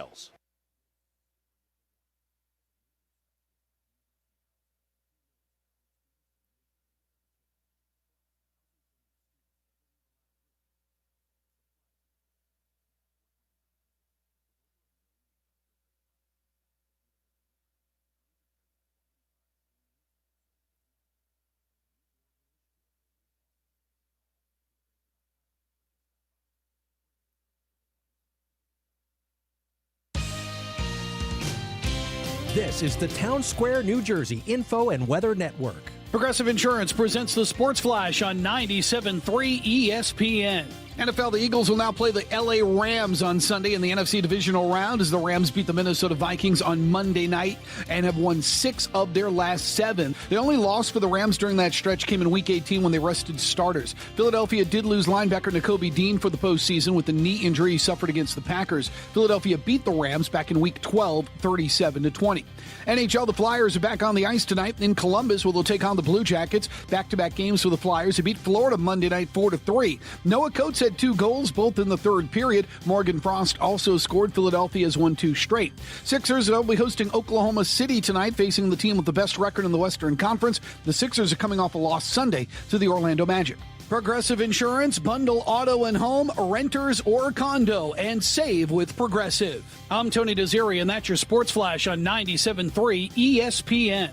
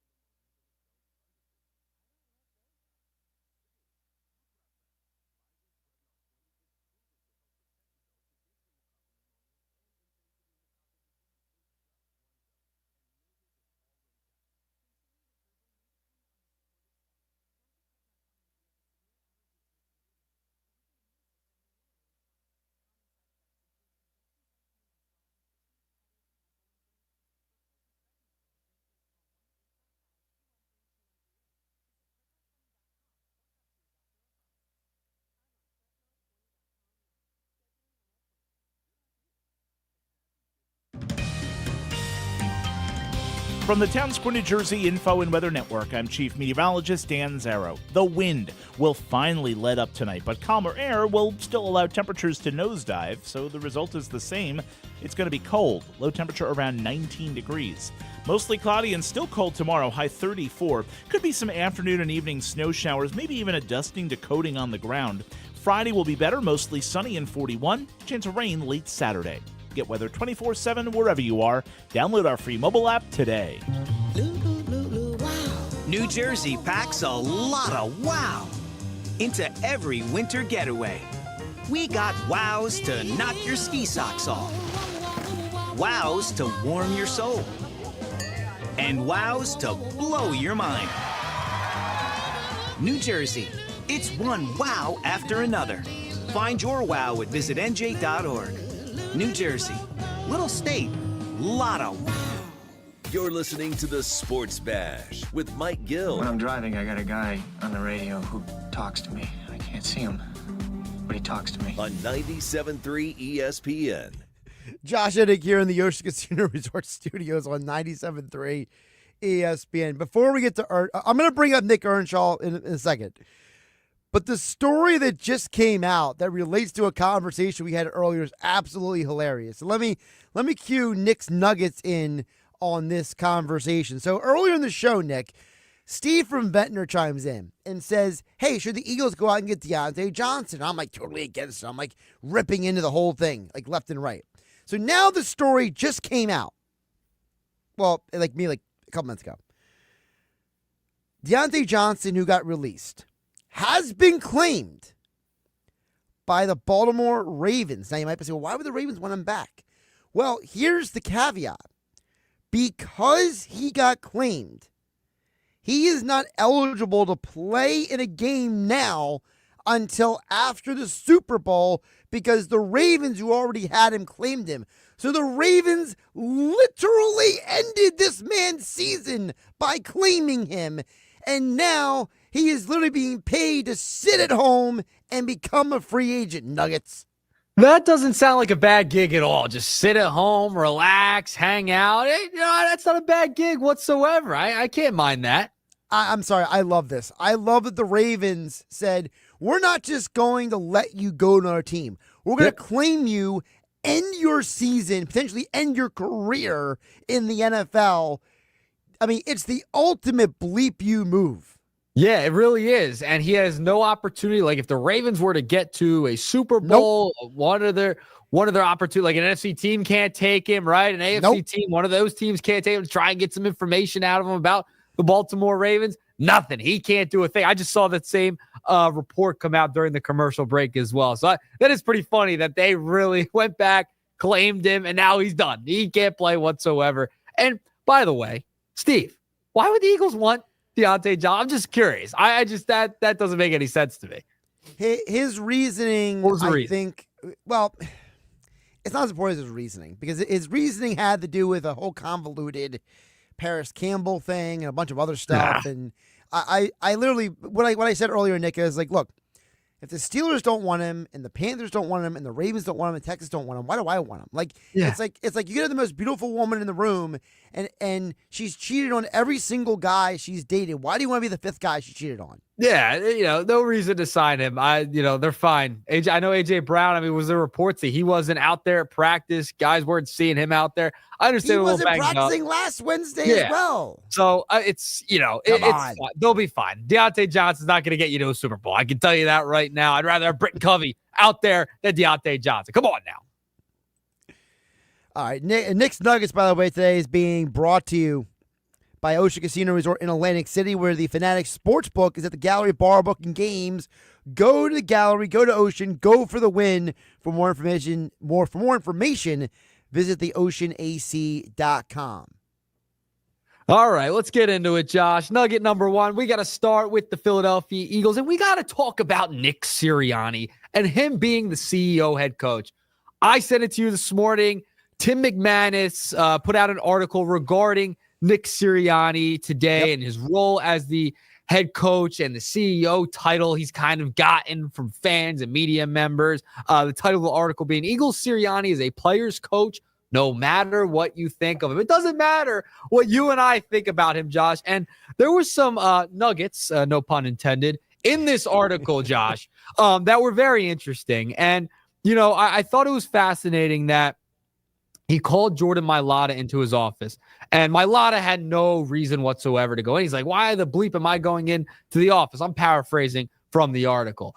And it had nothing to do with football. And it was Nick Sirianni asking about his dad and if his dad was okay, because his dad was having some issues health-wise back in Australia. And there was also a point in the article where he writes notes, literally hand writes notes to players and puts it in their locker. Like, players have that like written note in their locker. So some of this stuff I thought was fascinating. And you also realize after reading this article that as the CEO head coach, he is now able to be and dip in on different meetings, right? And he's not just focused on the offensive side with the quarterback 24/7, right? He's now able to go into the defensive line meeting room and meet with those guys, go into the running back room and kind of go all over the place and, pick his brain. Like, you can pick different coaches' brains, meet with different coaches, etc. He's doing everything. He's a part of everything instead of just solely focusing on offense like an offensive coordinator kind of would, right? He is being the head coach, the CEO. And listen, as much as he grinds my gears with some of the antics that he puts out on the field, it does. I mean, the going at the fans thing, that upset me a lot. Remember, I wanted to fire him after that. It was that bad. But overall, after reading this article, I highly suggest people check it out because it shows that he cares about his players. And this is why you've seen guys like Jason Kelce, all different players, come out and say how much they love the guy, even though he could be crazy at times. Well, So there's six guys in the article. There's 6 guys in the article itself who are quoted. Yeah, and that's what makes it so fascinating, right? Like, we sometimes slam him here in the media about some of the stuff he does, which, granted, he does need criticism from time to time. But this is why you're seeing so many players come out and defend him so much and why he will not get fired. No shot he will get fired even if they lost last week or this week. He is not getting fired. He's not going anywhere, especially with all the winning he's done and the way the players have bought into them and how he treats everybody the same and equal, no matter what their standing is on the team. I think that's saying a lot, Josh. Yeah, I talked about this a lot in the 2 o'clock hour, and it's that, to me, I think that this is a great insight into the why behind Sirianni. All these players love him, and I said this on Billy Schweim's show on Sunday. I've said it yesterday here on 97.3 ESPN, and I've said it to you when you and I went to the Eagles game a couple weeks ago. It's only people outside the building who have called for Nick Sirianni to be fired. There's never been a player, a coach, a former player, a former coach. You can't find a person who dislikes this guy, who actually was either worked with or played for this guy. Yeah, no, I mean, everyone that has played for him is a player under him. You never hear a bad thing. It's only us in the media or the fans that have had something to say about Nick Sirianni on social media. That's really it. That's the only people who've really said anything. It's always like, well, yeah, I know the players are bought into him, but that's the line every time. I know the players are bought in, but I think this. I mean, who but cares? Nothing. Who cares? Who cares what we think? It doesn't matter. The players are bought in. That's all that matters. The executives believe in him. Howie Roseman, Jeffrey Lurie, they believe in him. The players are bought in to what he's selling. So who cares? It's all just white noise at that point if you're Nick Sirianni or any of the Eagles players. They're winning football games, and it just shows what kind of human being Nick Sirianni is. This article, it explains a lot. And the fact you mentioned it, like 6 or 7 players in the article corroborating what is being reported on in this story. So, I mean, if that doesn't tell you, then I don't know what will. By the way, a little more new information on Deontay Johnson. Because the Ravens have reacquired him, they now qualify to get a compensatory pick if Johnson gets a deal elsewhere in the offseason. Oh, man.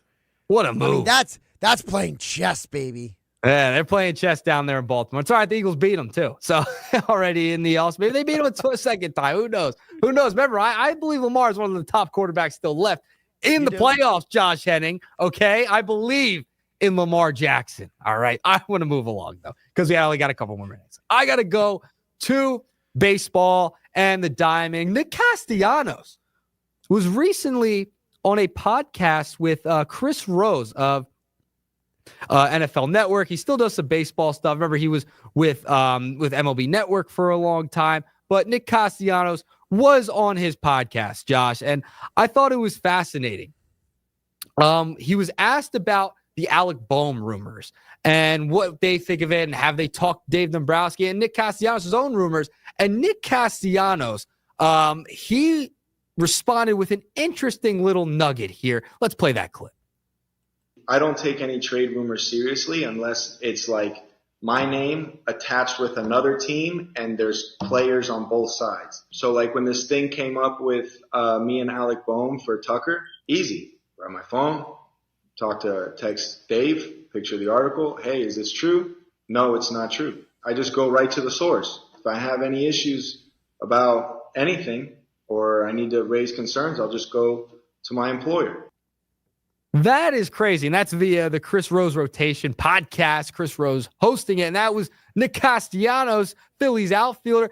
That is fascinating to me, Josh. I mean, anyone's seen the movie Moneyball, the executives, they don't want to have a relationship with the players. You know what I mean? Like, we've seen that. That's kind of the thinking out there of how executives and players interact with each other. They don't really interact because it makes them easy to trade, right? The fact he just texted Dombrowski, yo, is this story true? You trying to trade me? I thought the way he said it so casually, Josh, I thought was fascinating that he'd go right to Dombrowski and be like, yo, you trading me or what?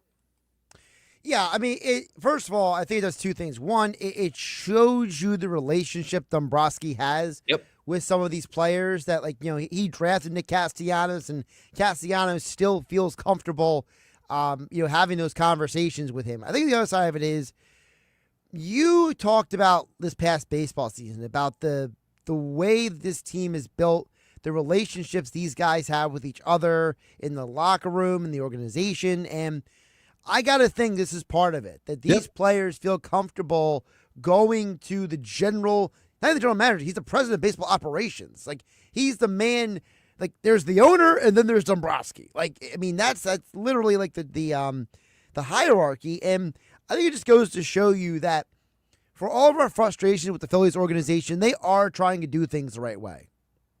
Yeah, they are. I mean, listen, I've been very critical of how their offseason's gone. I don't think they've done enough. But there is something to be said about having camaraderie in a locker room and throughout an organization. The fact your right fielder, who has struggled, who has been mentioned in trade conversations before, can just text the president of baseball operations, the guy who you said, and Castellanos mentioned it, has drafted him. The fact he could just shoot him a text, a message real quick. Hey, is this true?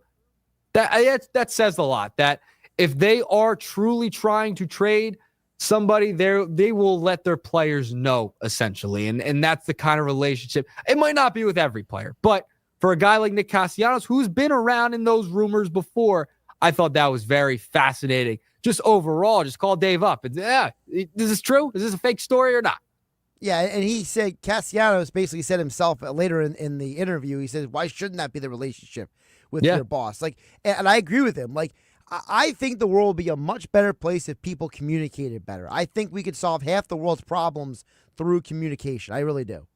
Yeah, listen, everyone should be a communication major. I was a communication major. We got to get everyone a communication course or a class in their curriculum somewhere, whether you're a biology major, it doesn't matter, okay? If you're going to school, whatever it may be, there should be a communications course taught just so everyone can get on the same damn page, Josh. And this is a perfect example of that. Though, just, I'm going off track a little bit, but talking about Dombrowski and Castellanos, this is the spot where it's like, okay, this is pretty cool that this organization, not just the clubhouse, has this type of relationship. All right, what else you got for the final nugget? All right, final nugget of the day is, listen, I'm going to be in the nosebleeds tonight, and I just wanted to, been reported out there that Joel Embiid will miss another game tonight. Yep.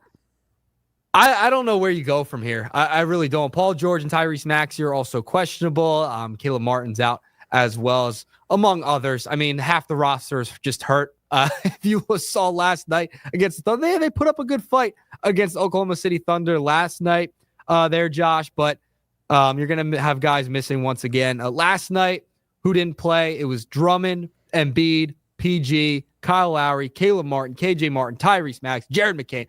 I mean, I don't even know what to make of the season anymore. I mean, do you just tank at this point, or do you just try and get into the play-in and have these guys maybe healthy for the postseason? It's funny you went here. I think you're getting predictable, Nick, because I have 2 texts on the text board for you about the Sixers. Because Geoff from Ocean City said, hey, question for Knicks Nuggets. Will the Sixers make it to the play-in tournament? I'm sold on the answer being no. I don't think they care. Dan in EHC says, let me guess. Nuggets going to talk about the Sixers aren't done yet. I got news for him. They are done. Everyone wants to jump off board. I understand. Listen, they're 15-23.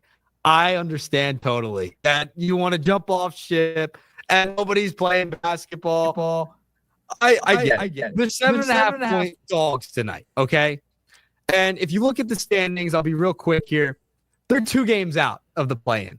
I still believe this team's going to be good enough to get into the play-in. I think they'll be the 10 seed. Nothing more than that. They'll be the 10 seed. You watch. They're going to play just enough games together where they sneak their way into the play-in before. This is barring if they shut Embiid down or something. They have everybody, still within the lineup, in and out. I think they get in as a 10 seed. I don't see them getting much higher than that. All right, well, enjoy the nosebleeds because I'll be working out with Clemic. Yeah, have fun. I'll be in the bleeds tonight, crying my sorrows away. I think I got the better deal in this situation. I think you did too. And by the way, I'm going with a Knicks fan tonight because it's his birthday. It's for his birthday. I'll make the trek to Wells Fargo Center. Nick Earnshaw, a gentleman and a scholar on Knicks Nuggets here on 97.3 ESPN. Nick, we'll talk to you later. All right, talk to you soon, Josh. And, of course, Knicks Nuggets is being brought to you, as always, by Ocean Casino Resort in Atlantic City. Get your game on at the Fanatics Sportsbook at the Gallery Bar Booking Games inside Ocean Casino Resort in Atlantic City. Go to the Gallery, go to Ocean, go for the win. For more information, visit theoceanac.com. Gambling problem, call 1-800-GAMBLER. All right. Wrapping up the 4 o'clock hour here on 97.3 ESPN. Josh Hennig filling in for Mike Gill. I do think it's funny that we had both Dan and EHT and Geoff in Ocean City predict that Earnshaw was going to bring up something about the Sixers. I mean, what are the odds of that? I think Nick's got to throw a curveball tomorrow, I think he needs to Greg Maddox these people. He needs to go with a topic that people don't think he's going to go with tomorrow. I think that's the answer. Coming up the other side, we're going to get a quarterback's insight on the Eagles, Jalen Hurts, and the NFL playoffs.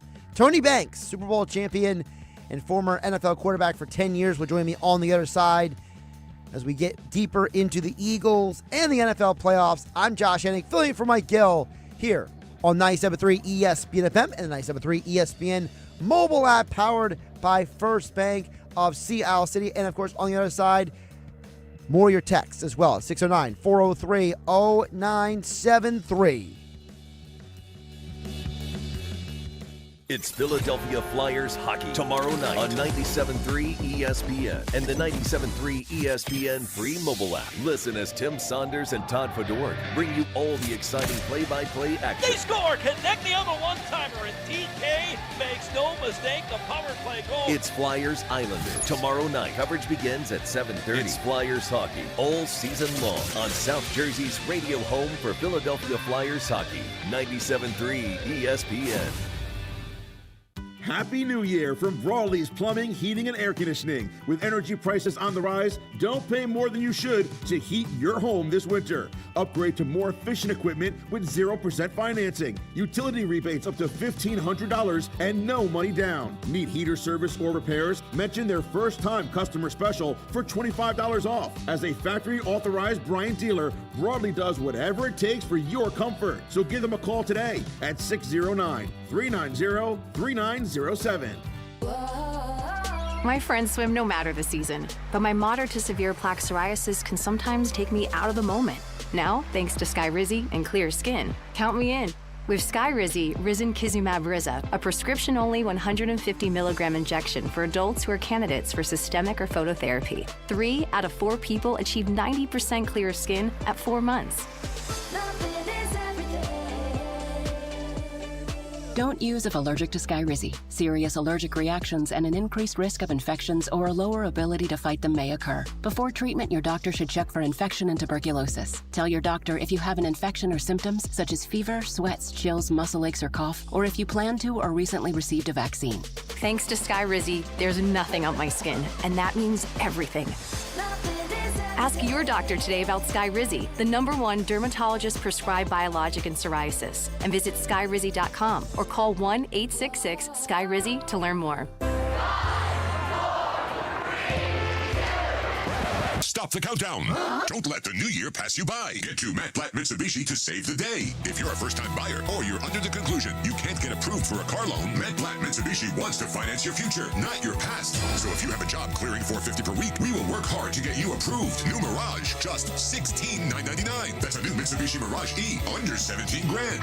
Plus 0 down, 0 payments until March, and 0% for 48 months. New Outlander Sport SUV, $24,999. No payments for 90 days, and 0 down. Bring in any trade, and AJ the Trade Man will get you top dollar during the year-end sales event at Matt Platt Mitsubishi. Simply, Matt Platt Mitsubishi.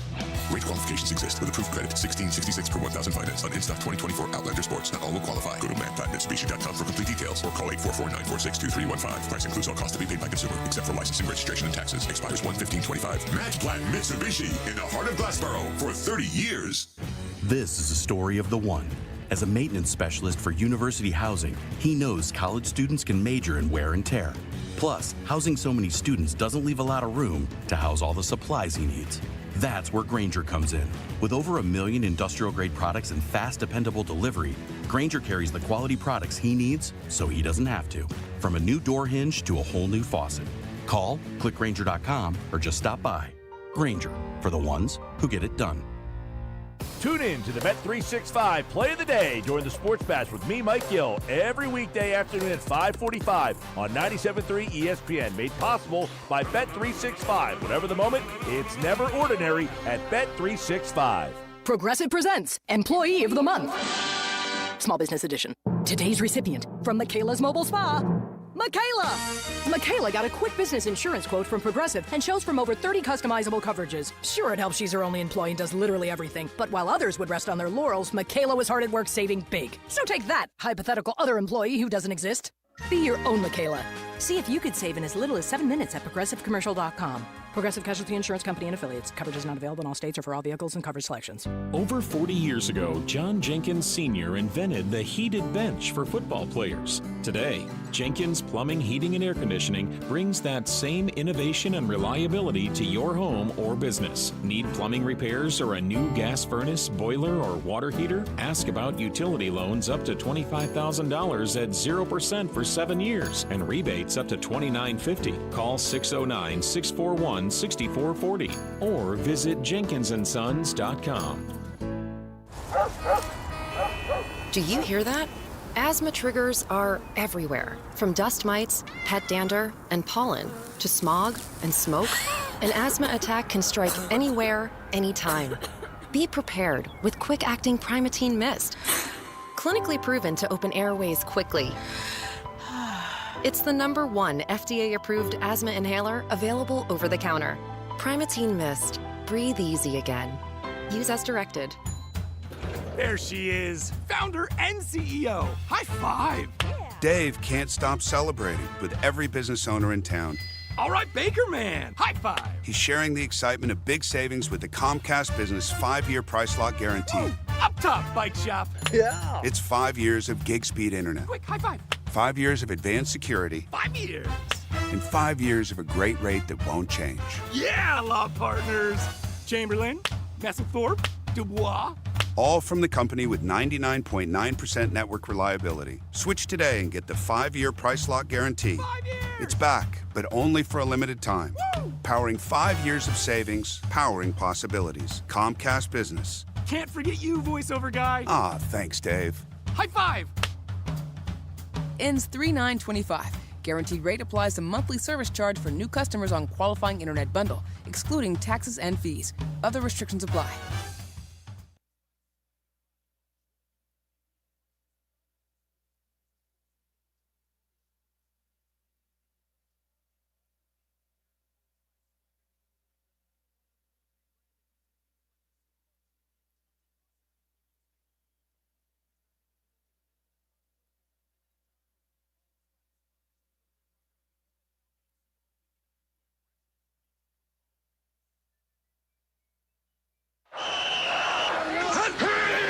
last call to make on game day is ordering catering from the Piccalilli Inn. For parties big or small, the Pick does it all. Your guests will be cheering for the Pick spin on football favorites like pulled pork nachos, cheesesteaks, burgers, and their award-winning buffalo wings, tails, and ears. Get your chicken wing fix on Route 206 at the Piccalilli Inn. Join the flock and follow the Pick on Facebook or at piccalilli.com for their Pick game specials. And be sure to pre-order to guarantee your spot in Sunday's lineup.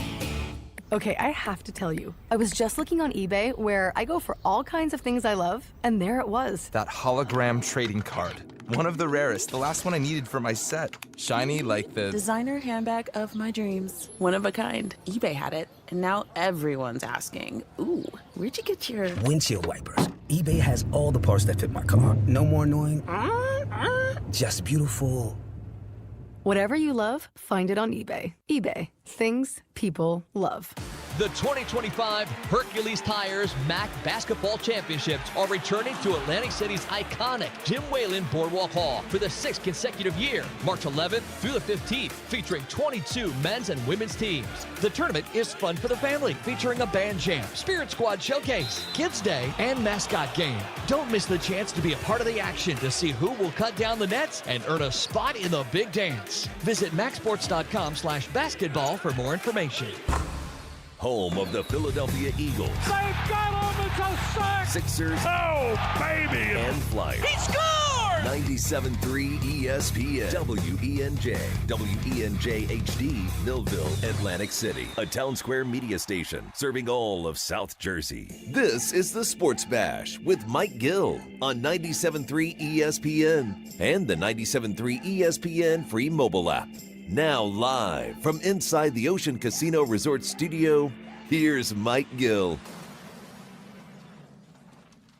Josh Hennig filling in for Mike Gill live in the Ocean Casino Resort Studios here on 97.3 ESPN FM, 97.3 ESPN mobile app powered by First Bank of Sea Isle City. We'll get back to you guys. Text a little bit later this hour. Keep them coming in. 609-403-0973. I talked about earlier, we are going to get a quarterback's perspective on the Eagles and the NFL playoffs because right now joining us on the phone line, Super Bowl champion, 10-year NFL quarterback, Tony Banks joins us here on 97.3 ESPN. As Tony, as you know, this is a very interesting time of year when you get into the thick of a playoff hunt. How you doing today? I'm doing well. How are you doing, man? Thanks for the invite. I appreciate you jumping on. I'm doing well. And I wanted to start out with you with the idea that, you know, one of the stories in our area that's been big is about this story about Nick Sirianni, about how why the players love and, you know, want to win for him because how he connects with them. And I wanted to know from you, Tony, as someone who played in the NFL, how important is that of having a productive, quality relationship between players and coaches? Because you know the stories we've heard over the years. You know, you got the players' coaches, the not players' coaches. So, like, explain to the audience why this is even relevant. I think the whole players' coach thing kind of gets thrown around a little too often. But what a coach can really do is create a culture that is consistent, right? Us is, you know, by the time you're in the NFL, you're a grown man. Sometimes, most of the time, you're a young man, so you're looking for some structure, you're looking for some guidance, and that goes whether it's scheduling or just a culture that can be created that the expectations are kind of written on the wall, so to speak, and there's no surprises. I mean, this is the type of culture Sirianni looks to implement in his program, and most coaches try to, but most fail to. So there is a real thing when it comes to being a coach that a player wants to run through a wall for.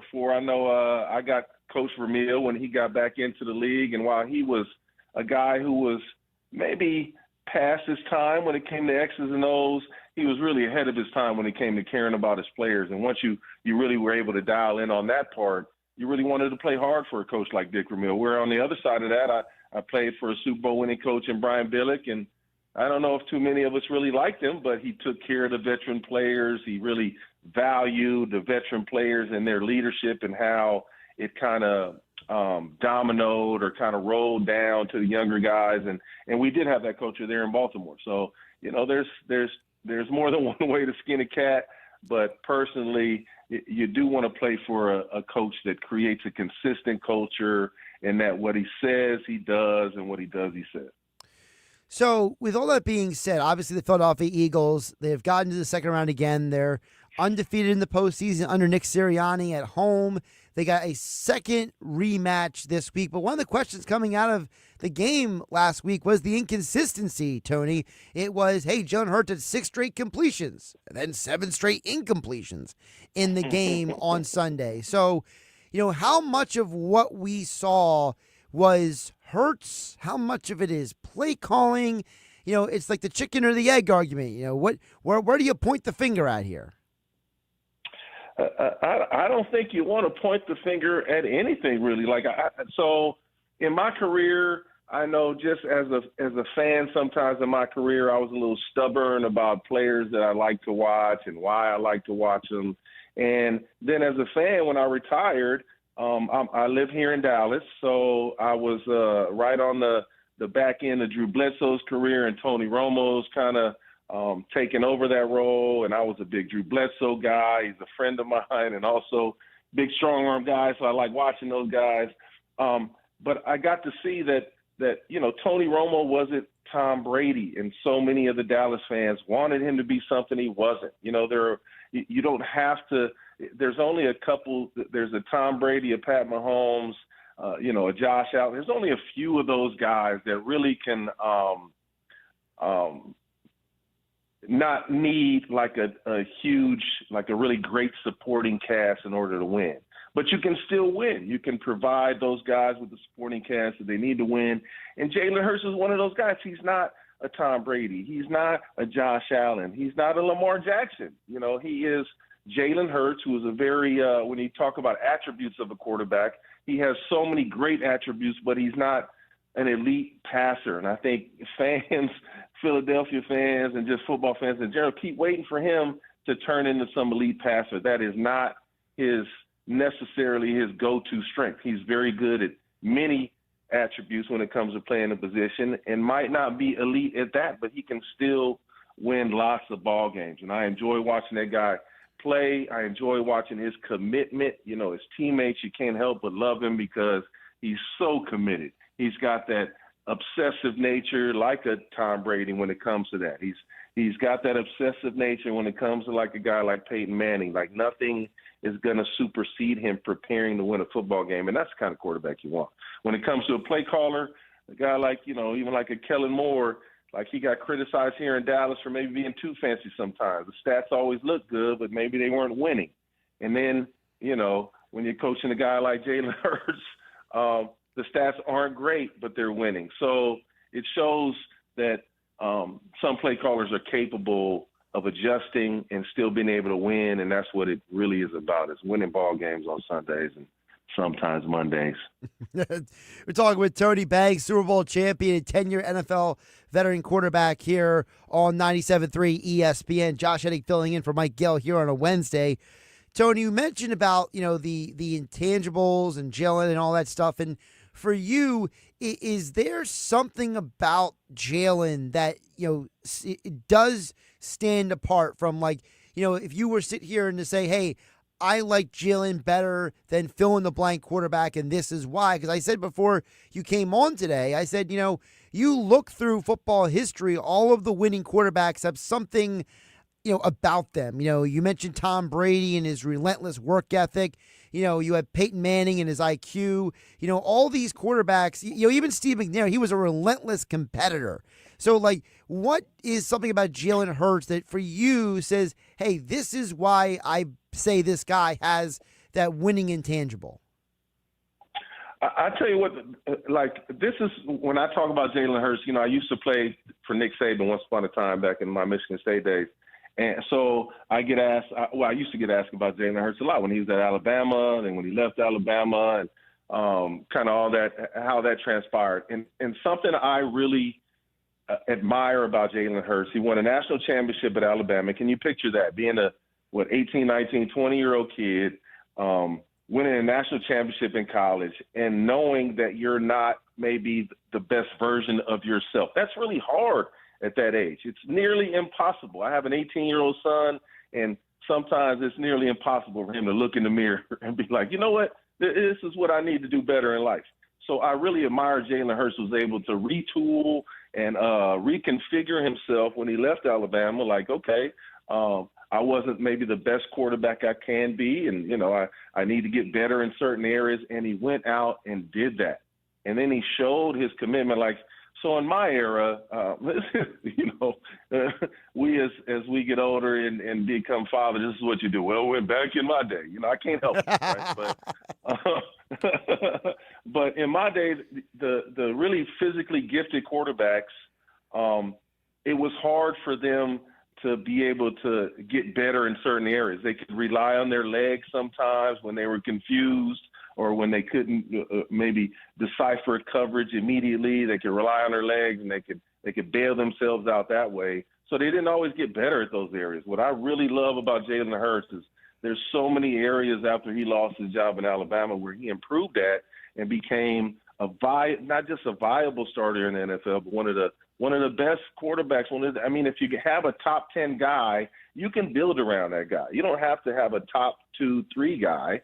You can build around that guy. And Jalen is one of those guys. He's going to be consistent. He's going to show up. He's going to be there in the off season. He's going to lead his guys. He's going to organize workouts. He's going to, bring guys over to his house. He's going to have the barbecues. He's going to have these moments where, these team bonding moments where you don't have to do that as an organization. You don't have to do that as a head coach. You can rely on that guy to be there and be consistent. And he's that guy. I mean, you gotta be able to get around a guy like that.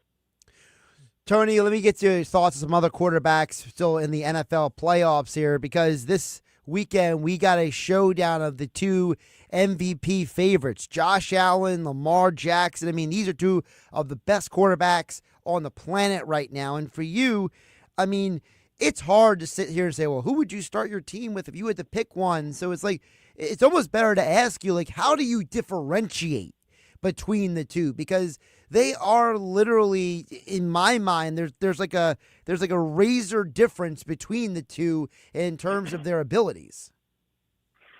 I tell you what, out of those two you're talking about Lamar and Josh, prior to this year, I would have said Josh, because I'm a big, tall. Once upon a time, it was considered fairly athletic. When I used to edit myself on Madden, I would turn myself into a Josh Allen. That's who I thought. That's who I thought I was supposed to be. I'd increase my speed. I'd make sure they got my arm talent the way it's supposed to be. So I would do those things, and I would turn myself basically into a Josh Allen, a big old, strong, mobile quarterback. So you can't help but like that guy. But this is the best I've seen Lamar Jackson play. And I'm not talking about the statistics. I'm talking about just turn on the tape. And so one of my critical things about Lamar Jackson has been his ability to really, rip the ball. When us quarterbacks get together and we're talking about quarterbacks, we talk about the ability to really rip it. Like some call it spin it. We talk about ripping it. Really being able to, control your fastball, right? Because that's basically what quarterbacks are. You're a pitcher. Now, are you a pitcher with just a couple pitches? Or are you a pitcher with a plethora of pitches? Can you paint the black? There's so many different levels of quarterbacks, right?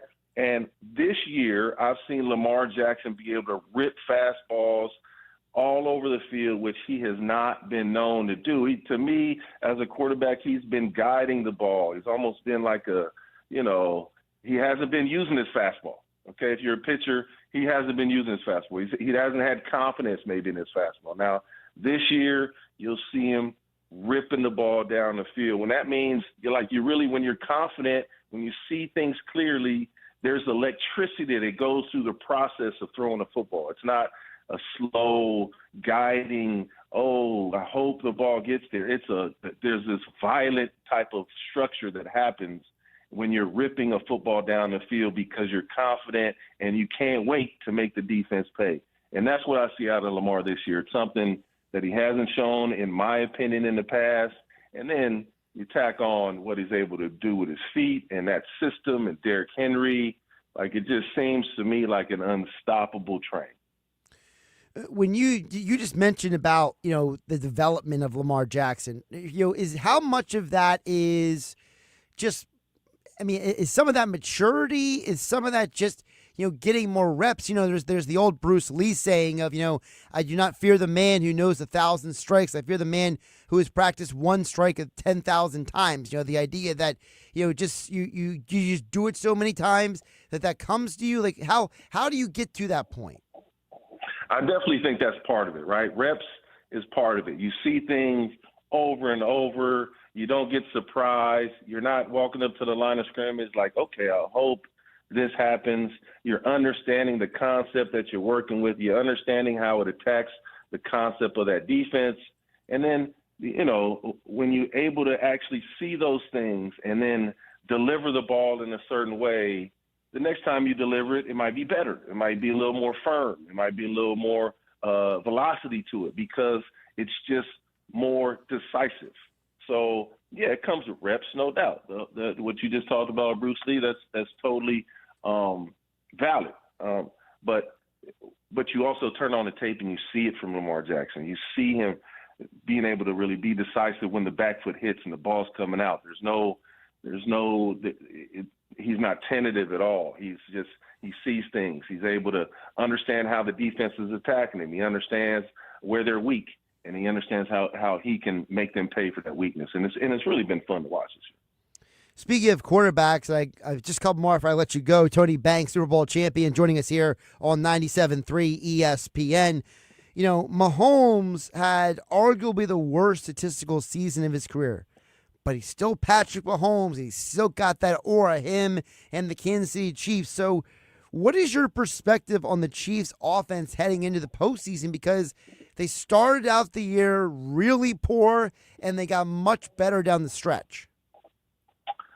I tell you what, I'd be even more fearful of Pat Mahomes because now they have, a defense. They've won some ugly games this year. So if I'm a bet man, if the game is close and it comes down to Pat Mahomes having the ball last or having the ball close to last, he's shown what he can do in those certain areas. And his team has shown this year that they're going to keep him in ball games.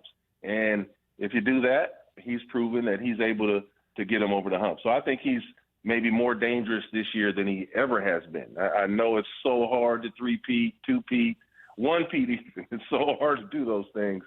But if anybody can do it, it's that dude. You give that dude some momentum, give him a bye week, give his team a chance to really get healthy.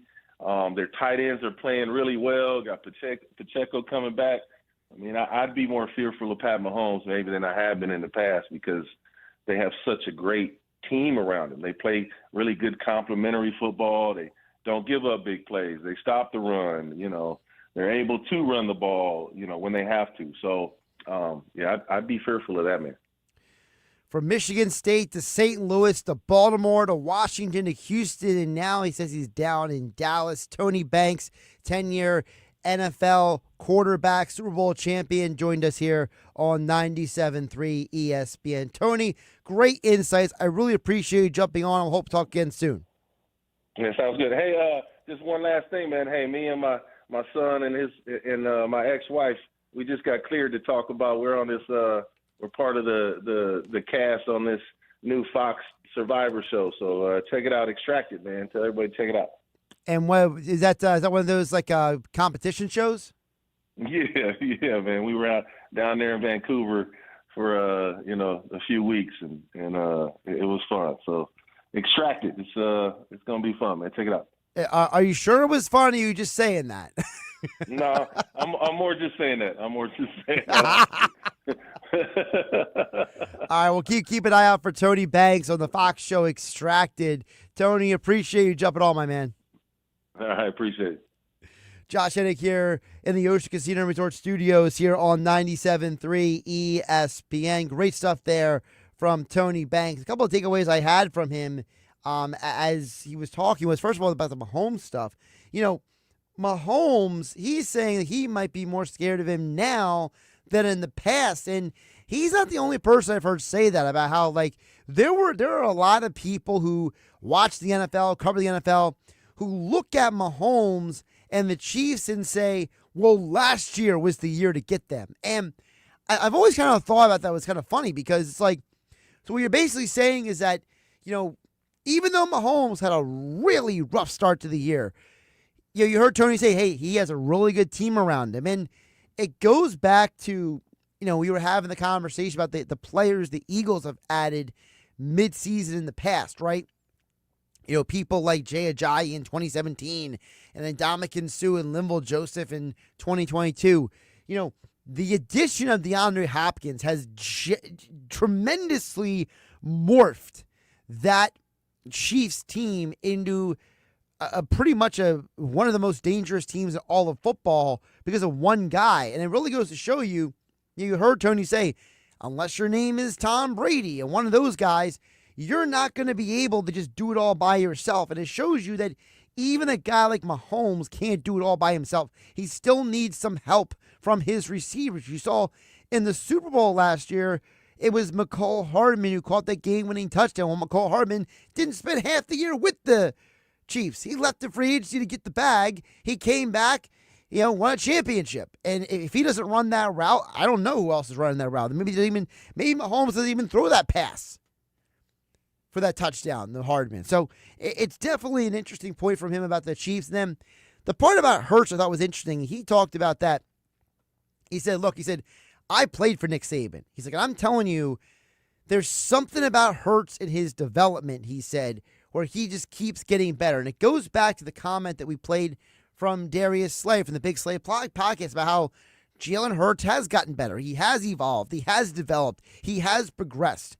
And it just goes to show you that, as Tony said, about Lamar Jackson, when the more reps you get, the more opportunities you get, the more time under those pressure circumstances, it gives you more opportunities to get better and improve and grow, not just as a quarterback, but as an athlete in general. And so it's very interesting to think that while Jalen Hurts had an MVP caliber season in 2022, Jalen Hurts might be a better quarterback right now than he was 2 years ago. You saw it this year. He was the third most blitz quarterback in the NFL, but he had the 8th best completion percentage in the league this year. So that goes to show you that under pressure, Jalen Hurts still did a very good job. And realistically, people who are a lot smarter than me have said that when you go back and watch the season, you realize from the bye week on, Jalen Hurts has been elite against the blitz. It was really only the Bucs game that he really struggled a lot against the blitz. So it's going to be very interesting because if you're the Los Angeles Rams, irony that Tony Banks played this for the St. Louis Rams, not the Los Angeles Rams, but if you're the Rams, how do you stop Jalen Hurts and the Eagles offense?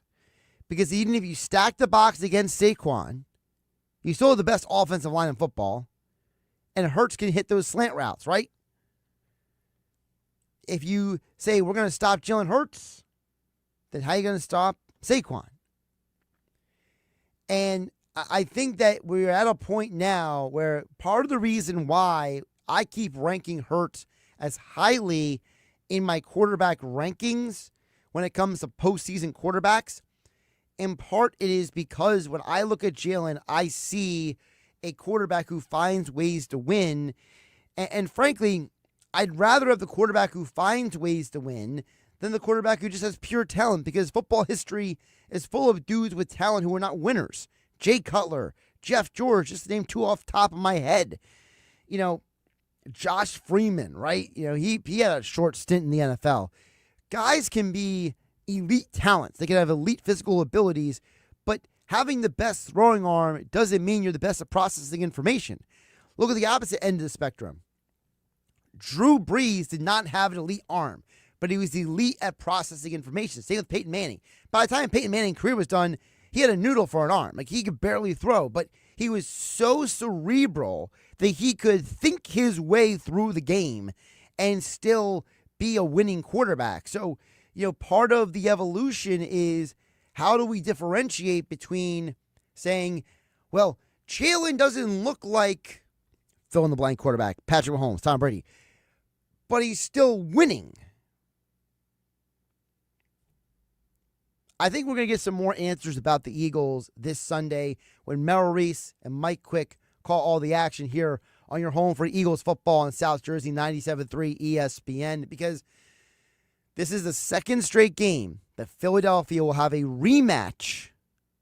And you have to think, do the Rams have something different for Philadelphia than the first time they faced off? We'll keep chatting about that all week here on 97.3 ESPN. I'm going to check back in on the text board coming up on the other side at 609-403-0973. We got Rico chiming in that plus who are the fine and the ugly playoff teams? Playoffs, yeah, there's 8 teams left in the postseason. I'm going to rank the teams. I ranked the quarterbacks yesterday.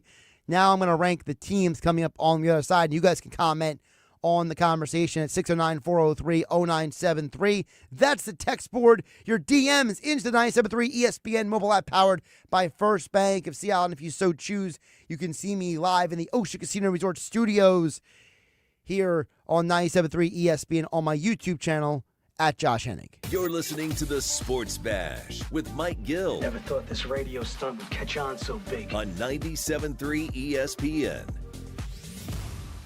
With GMF financing to qualified buyers excludes Traverse and Corvette excludes prior sales. Start the new year right in a new Chevy from Bennett, where we sell new Chevys at the true GM supplier employee price. Yeah, you pay what our employees pay, not a penny more. Plus, at Bennett Chevrolet, you keep all the rebates. That's incredible. That's right, you save both ways, saving you up to 20% off the sticker. But it gets even better, because right now there's available 0.9% financing, saving you even more. 0.9. And get this, if you're looking for a pre-owned, Bennett Chevy will pay you a minimum $10,000 for any old clunker you can get here towards any pre-owned in stock. You'll get at least 10 grand for total junk. Imagine how much you'll get for a good trade. And one more thing, Bennett's sales team is paid on your satisfaction, not how much you spend. That makes a huge difference. No hype, no pressure. Together, let's drive. Bennett Chevy, Egg Harbor Township, and BennettChevy.com. South Jersey Gas has a new financing offer to upgrade your home's energy efficiency without breaking the bank. And as a participating contractor, Broadleaf's Plumbing, Heating, and Air Conditioning can help. Get up to $25,000 at 0% interest for 84 months when you switch to Energy Star rated equipment. Upgrade your furnace, boiler, water heater, your entire system with no interest, no money down, and payments right on your utility bill. Call Broadleaf's for a free quote at 609-390-3907 or visit Broadleafs.net.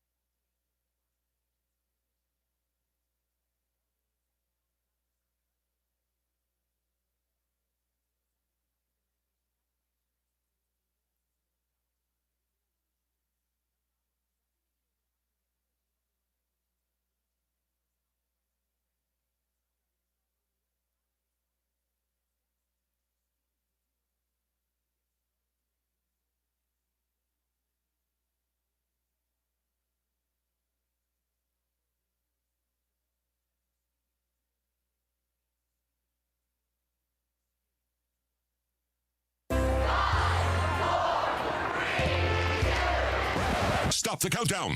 Don't let the new year pass you by. Get to Matt Blatt Mitsubishi to save the day. If you're a first-time buyer or you're under the conclusion you can't get approved for a car loan, Matt Blatt Mitsubishi wants to finance your future, not your past. So if you have a job clearing $450 per week, we will work hard to get you approved. New Mirage, just $16,999. That's a new Mitsubishi Mirage E, under 17 grand.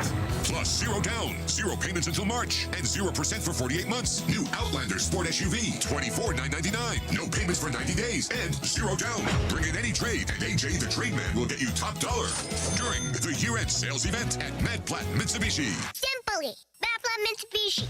Rate qualifications exist with approved credit $16.66 per 1,000 finance on in-stock 2024 Outlander Sports. Not all will qualify. Go to matt.mitsubishi.com for complete details or call 844-946-2315. Price includes all costs to be paid by consumer, except for licensing, registration, and taxes. Expires 1/15/25. Matt Blatt Mitsubishi in the heart of Glassboro for 30 years.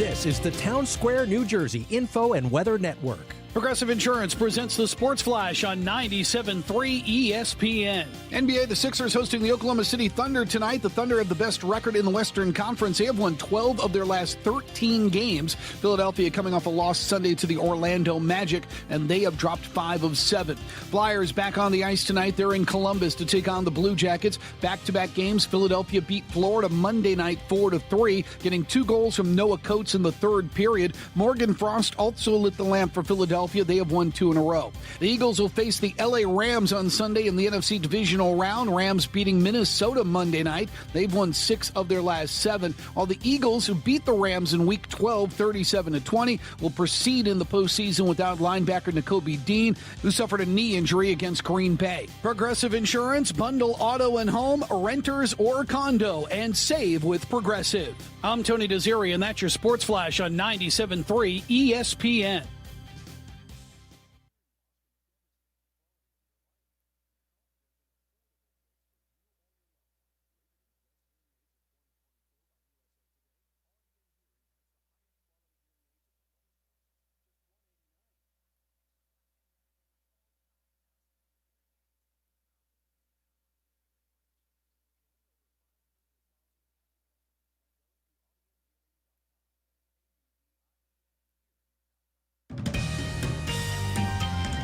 From the Town Square, New Jersey Info and Weather Network, I'm Chief Meteorologist Dan Zarrow. The wind will finally let up tonight, but calmer air will still allow temperatures to nosedive, so the result is the same.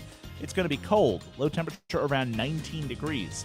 Mostly cloudy and still cold tomorrow, high 34. Could be some afternoon and evening snow showers, maybe even a dusting to coating on the ground. Friday will be better, mostly sunny and 41. Chance of rain late Saturday. Get weather 24/7 wherever you are. Download our free mobile app today.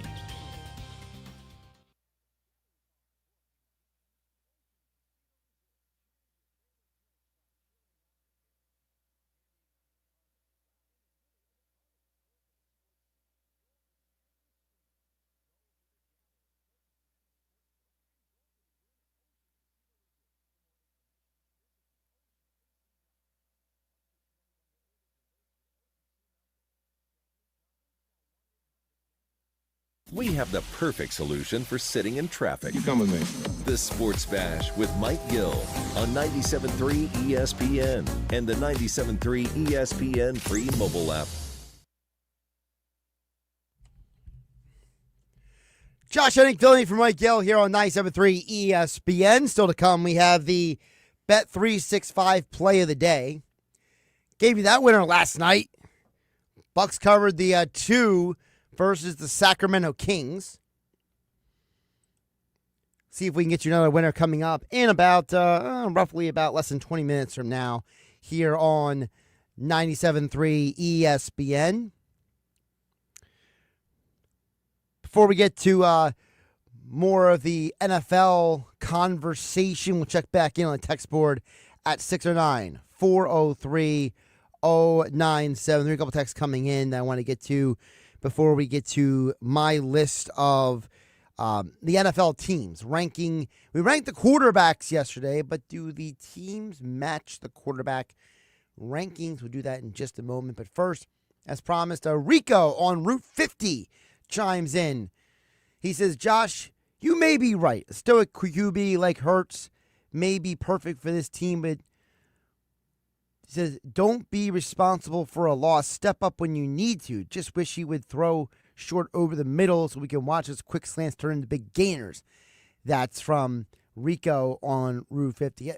I do think that you're right. The passes over the middle, the quick slants, we do need more of that in this offense. But it goes back to the chicken or the egg argument. It's the whole, is it Hurts not willing to throw that pass? Is it Kellen Moore not calling that play?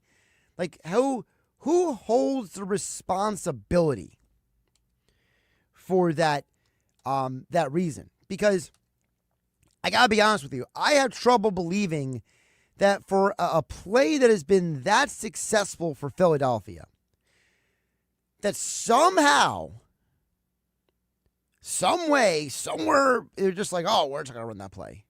That Jalen would be like, I'm not going to run a play that works every time for me.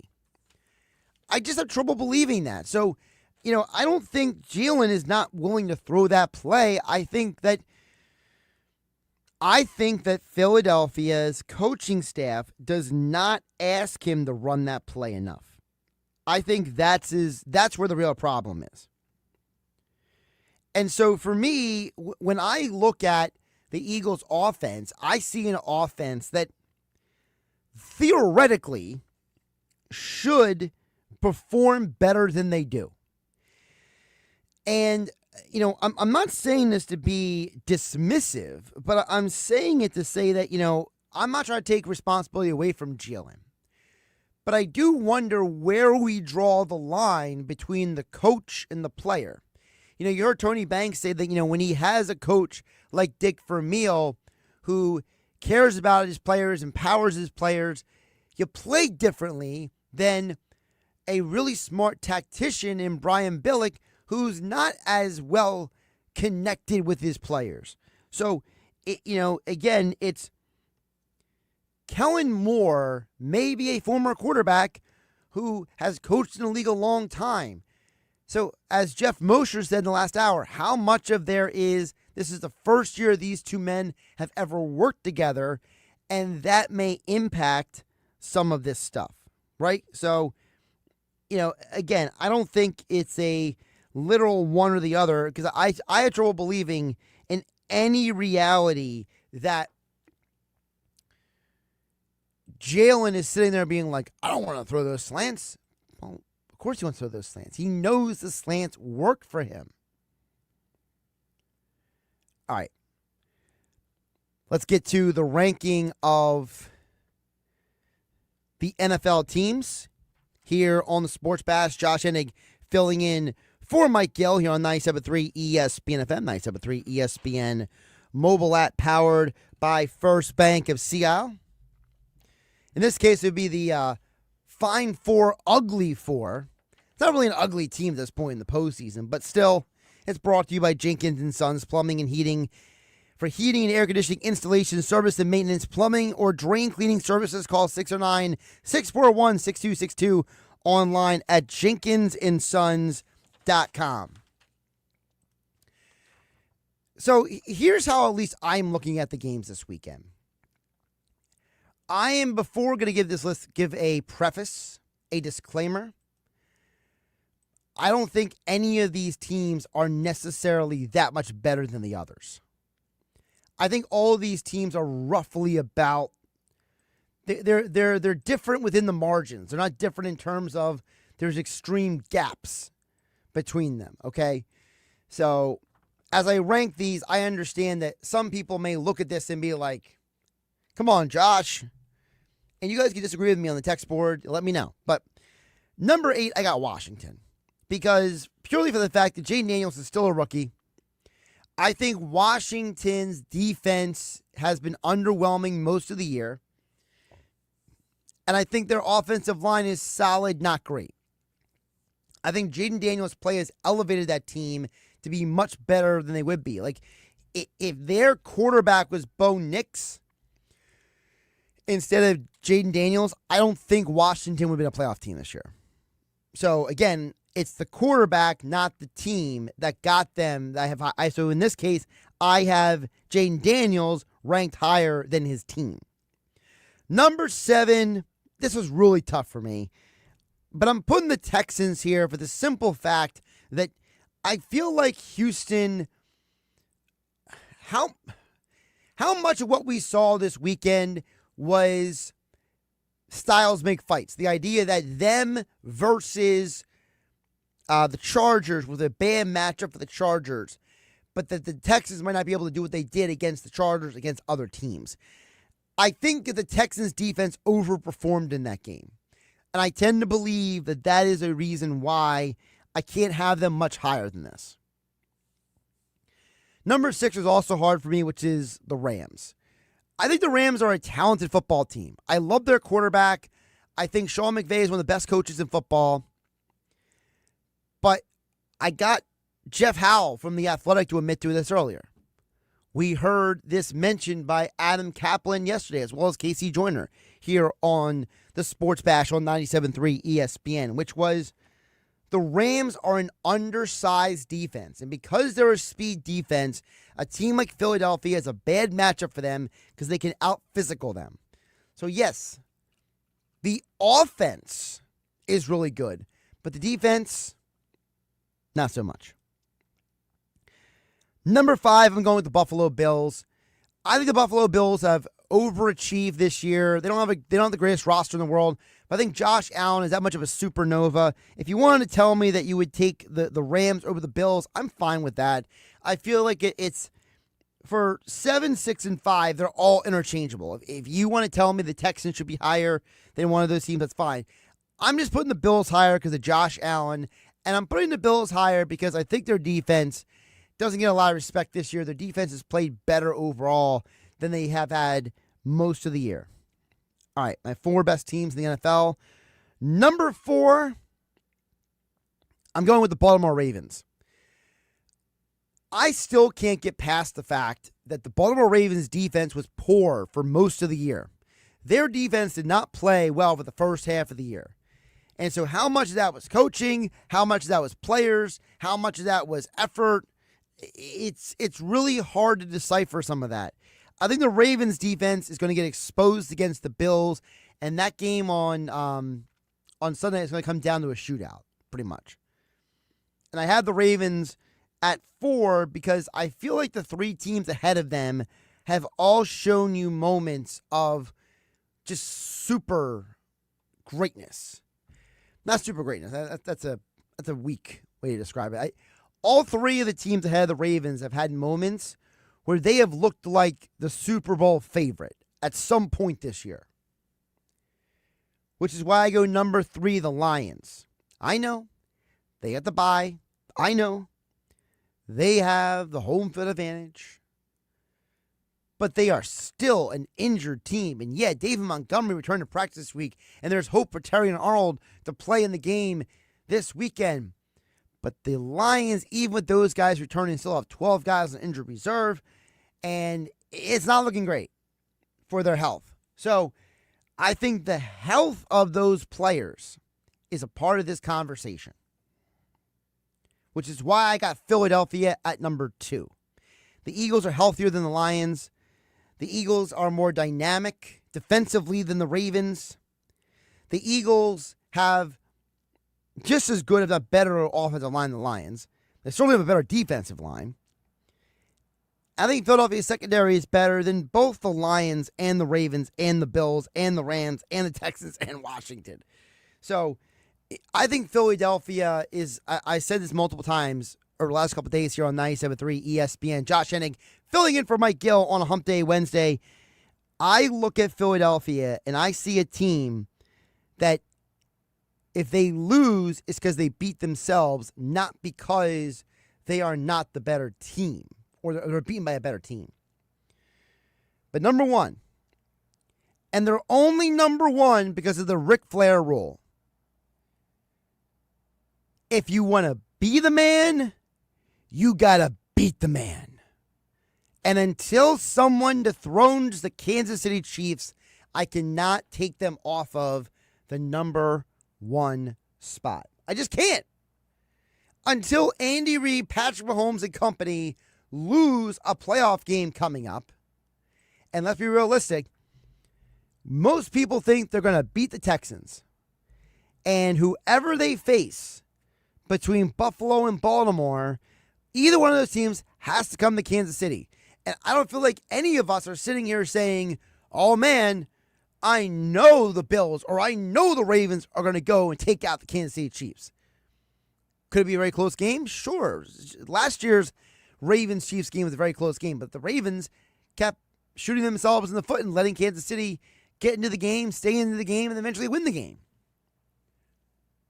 A couple years ago, Buffalo lost a shootout with Kansas City in the playoffs. So as of right now, until someone takes out the Chiefs, it's the Ric Flair rule, and that's why they're number 1 in the Fine 5, Ugly 5. If you want to be the man, you got to beat the man. Woo! And the Fine 5 Ugly 5 is brought to you by Jenkins & Sons, Plumbing and Heating. For heating and air conditioning installation, service and maintenance, plumbing or drain cleaning service, call 609-641-6262. Online at jenkinsandsons.com. Coming up next, we'll wrap up the Sports Bash. Josh Hennig filling in for Mike Gill here on 97.3 ESPN. We'll let you know what you can look forward to tonight and the rest of this week here on 97.3 ESPN. Yes, Sixers basketball back in action tonight. You heard Nick Earnshaw say earlier he will be in the nosebleeds for the game tonight. I don't have a lot of faith in the Sixers. I got to be honest. I feel like, hope is supposed to spring eternal, but I feel like since we're still in winter, I have no hope of springing anything at this point when it comes to Sixers. I was watching more of the Flyers game last night than I was the Sixers. Just being honest. The Flyers are an interesting team to watch. The 76ers are a painful team to watch. And it's a shame because you came in this year thinking with Embiid and Maxey and Paul George, all the additions they made of Caleb Martin, all these guys, that this year would finally maybe be different. And, well, it seems like they've regressed more than anything else. All right, Josh Hennig, filling in for Mike Gill, wrapping up the show. Coming up next on 97.3 ESPN. This is the home of Philadelphia Eagles playoff football. It's the NFC divisional round of the playoffs as the Eagles host the LA Rams this Sunday at the Link. Nice catch by Goddard, who breaks the tackle across the 5. Touchdown! Goddard, beast, pushes him in the face twice and into the end zone. Eagles radio network coverage begins at 2 p.m. Merrill Reese and Mike Quick call all the action starting at 3 p.m. This is South Jersey's official home for Eagles playoff football. 97.3 ESPN. So you need a new car or SUV, but you're upside down in your trade, but you're worried about your down payment, but your credit is less than perfect. Bring your butts to any Matt Blatt Kia today. With over 1,100 new Kias, all with zero down, zero payments until April, or get $10,000 in bonus cash or 0% for 72 months on every clearly marked Kia EV6 and 9. Buried in a loan or lease? Matt Blatt Kia wants to get you released. New all-wheel drive Kia Sportage or Sorento, 1.9% for 60 months. Matt Blatt Kia. With our PA and New Jersey Kia Superstores, Abington, Egg Harbor Township, Toms River, or right to your front door. It's gotta be a Matt Blatt Kia. With approved credit, $1,389 per thousand finance. Not all will qualify. Credit may affect down payment. Offers can't be combined. Go to mattblattkianj.com for complete details or 888-505-6670. Price includes all costs to be paid by consumer, except for licensing, registration, and taxes through KMF. Rebates and incentives to dealer. Expires 2/4/25. Matt Blatt Kia, 6211 Black Horse Pike, Egg Harbor Township, and on Route 37 in Toms River. I had the worst dream last night. You were in a car crash, and the kids and I were on our own. We had to move out of the house because I couldn't afford it anymore. That's awful, hon. My brother was saying he got life insurance from Ethos. With Ethos, it only took 10 minutes, and he got $2 million in coverage for around $2 a day. It's all online. No medical exam. He just answered a few health questions right from his house. Ethos, here we come. Visit getethos.com. That's getethos.com. Sample rate is a 10-year term life policy for 35-year-old healthy, non-smoking male. Billed monthly. Hey, if you have ugly yellow toe fungus, you gotta hear about the secret 2-minute trick that I found for my husband. It works from both the inside and the outside. Thousands of people are using it to get rid of their toe fungus. You can check it out at crystalflesh.com. Jake started off with a small spot on his big toe and then it spread and got really bad. His toes were nasty. It was so embarrassing. He was afraid to take his socks off. He hid his yellow and crumbly toes from everyone. He tried everything to get rid of it. Nothing helped. And then we found crystalflesh.com. It was the only thing that worked. In just a few weeks, his toes looked amazing. He's now walking around barefoot again. You guys need to try this. I'm telling you, this stuff is different. It's not sold in stores, but go check it out at crystalflesh.com. They'll even let you try it risk-free so you have nothing to lose. But whatever you do, don't let it get worse. You don't have to live with this anymore. Go check it out now. Just click over to crystalflesh.com.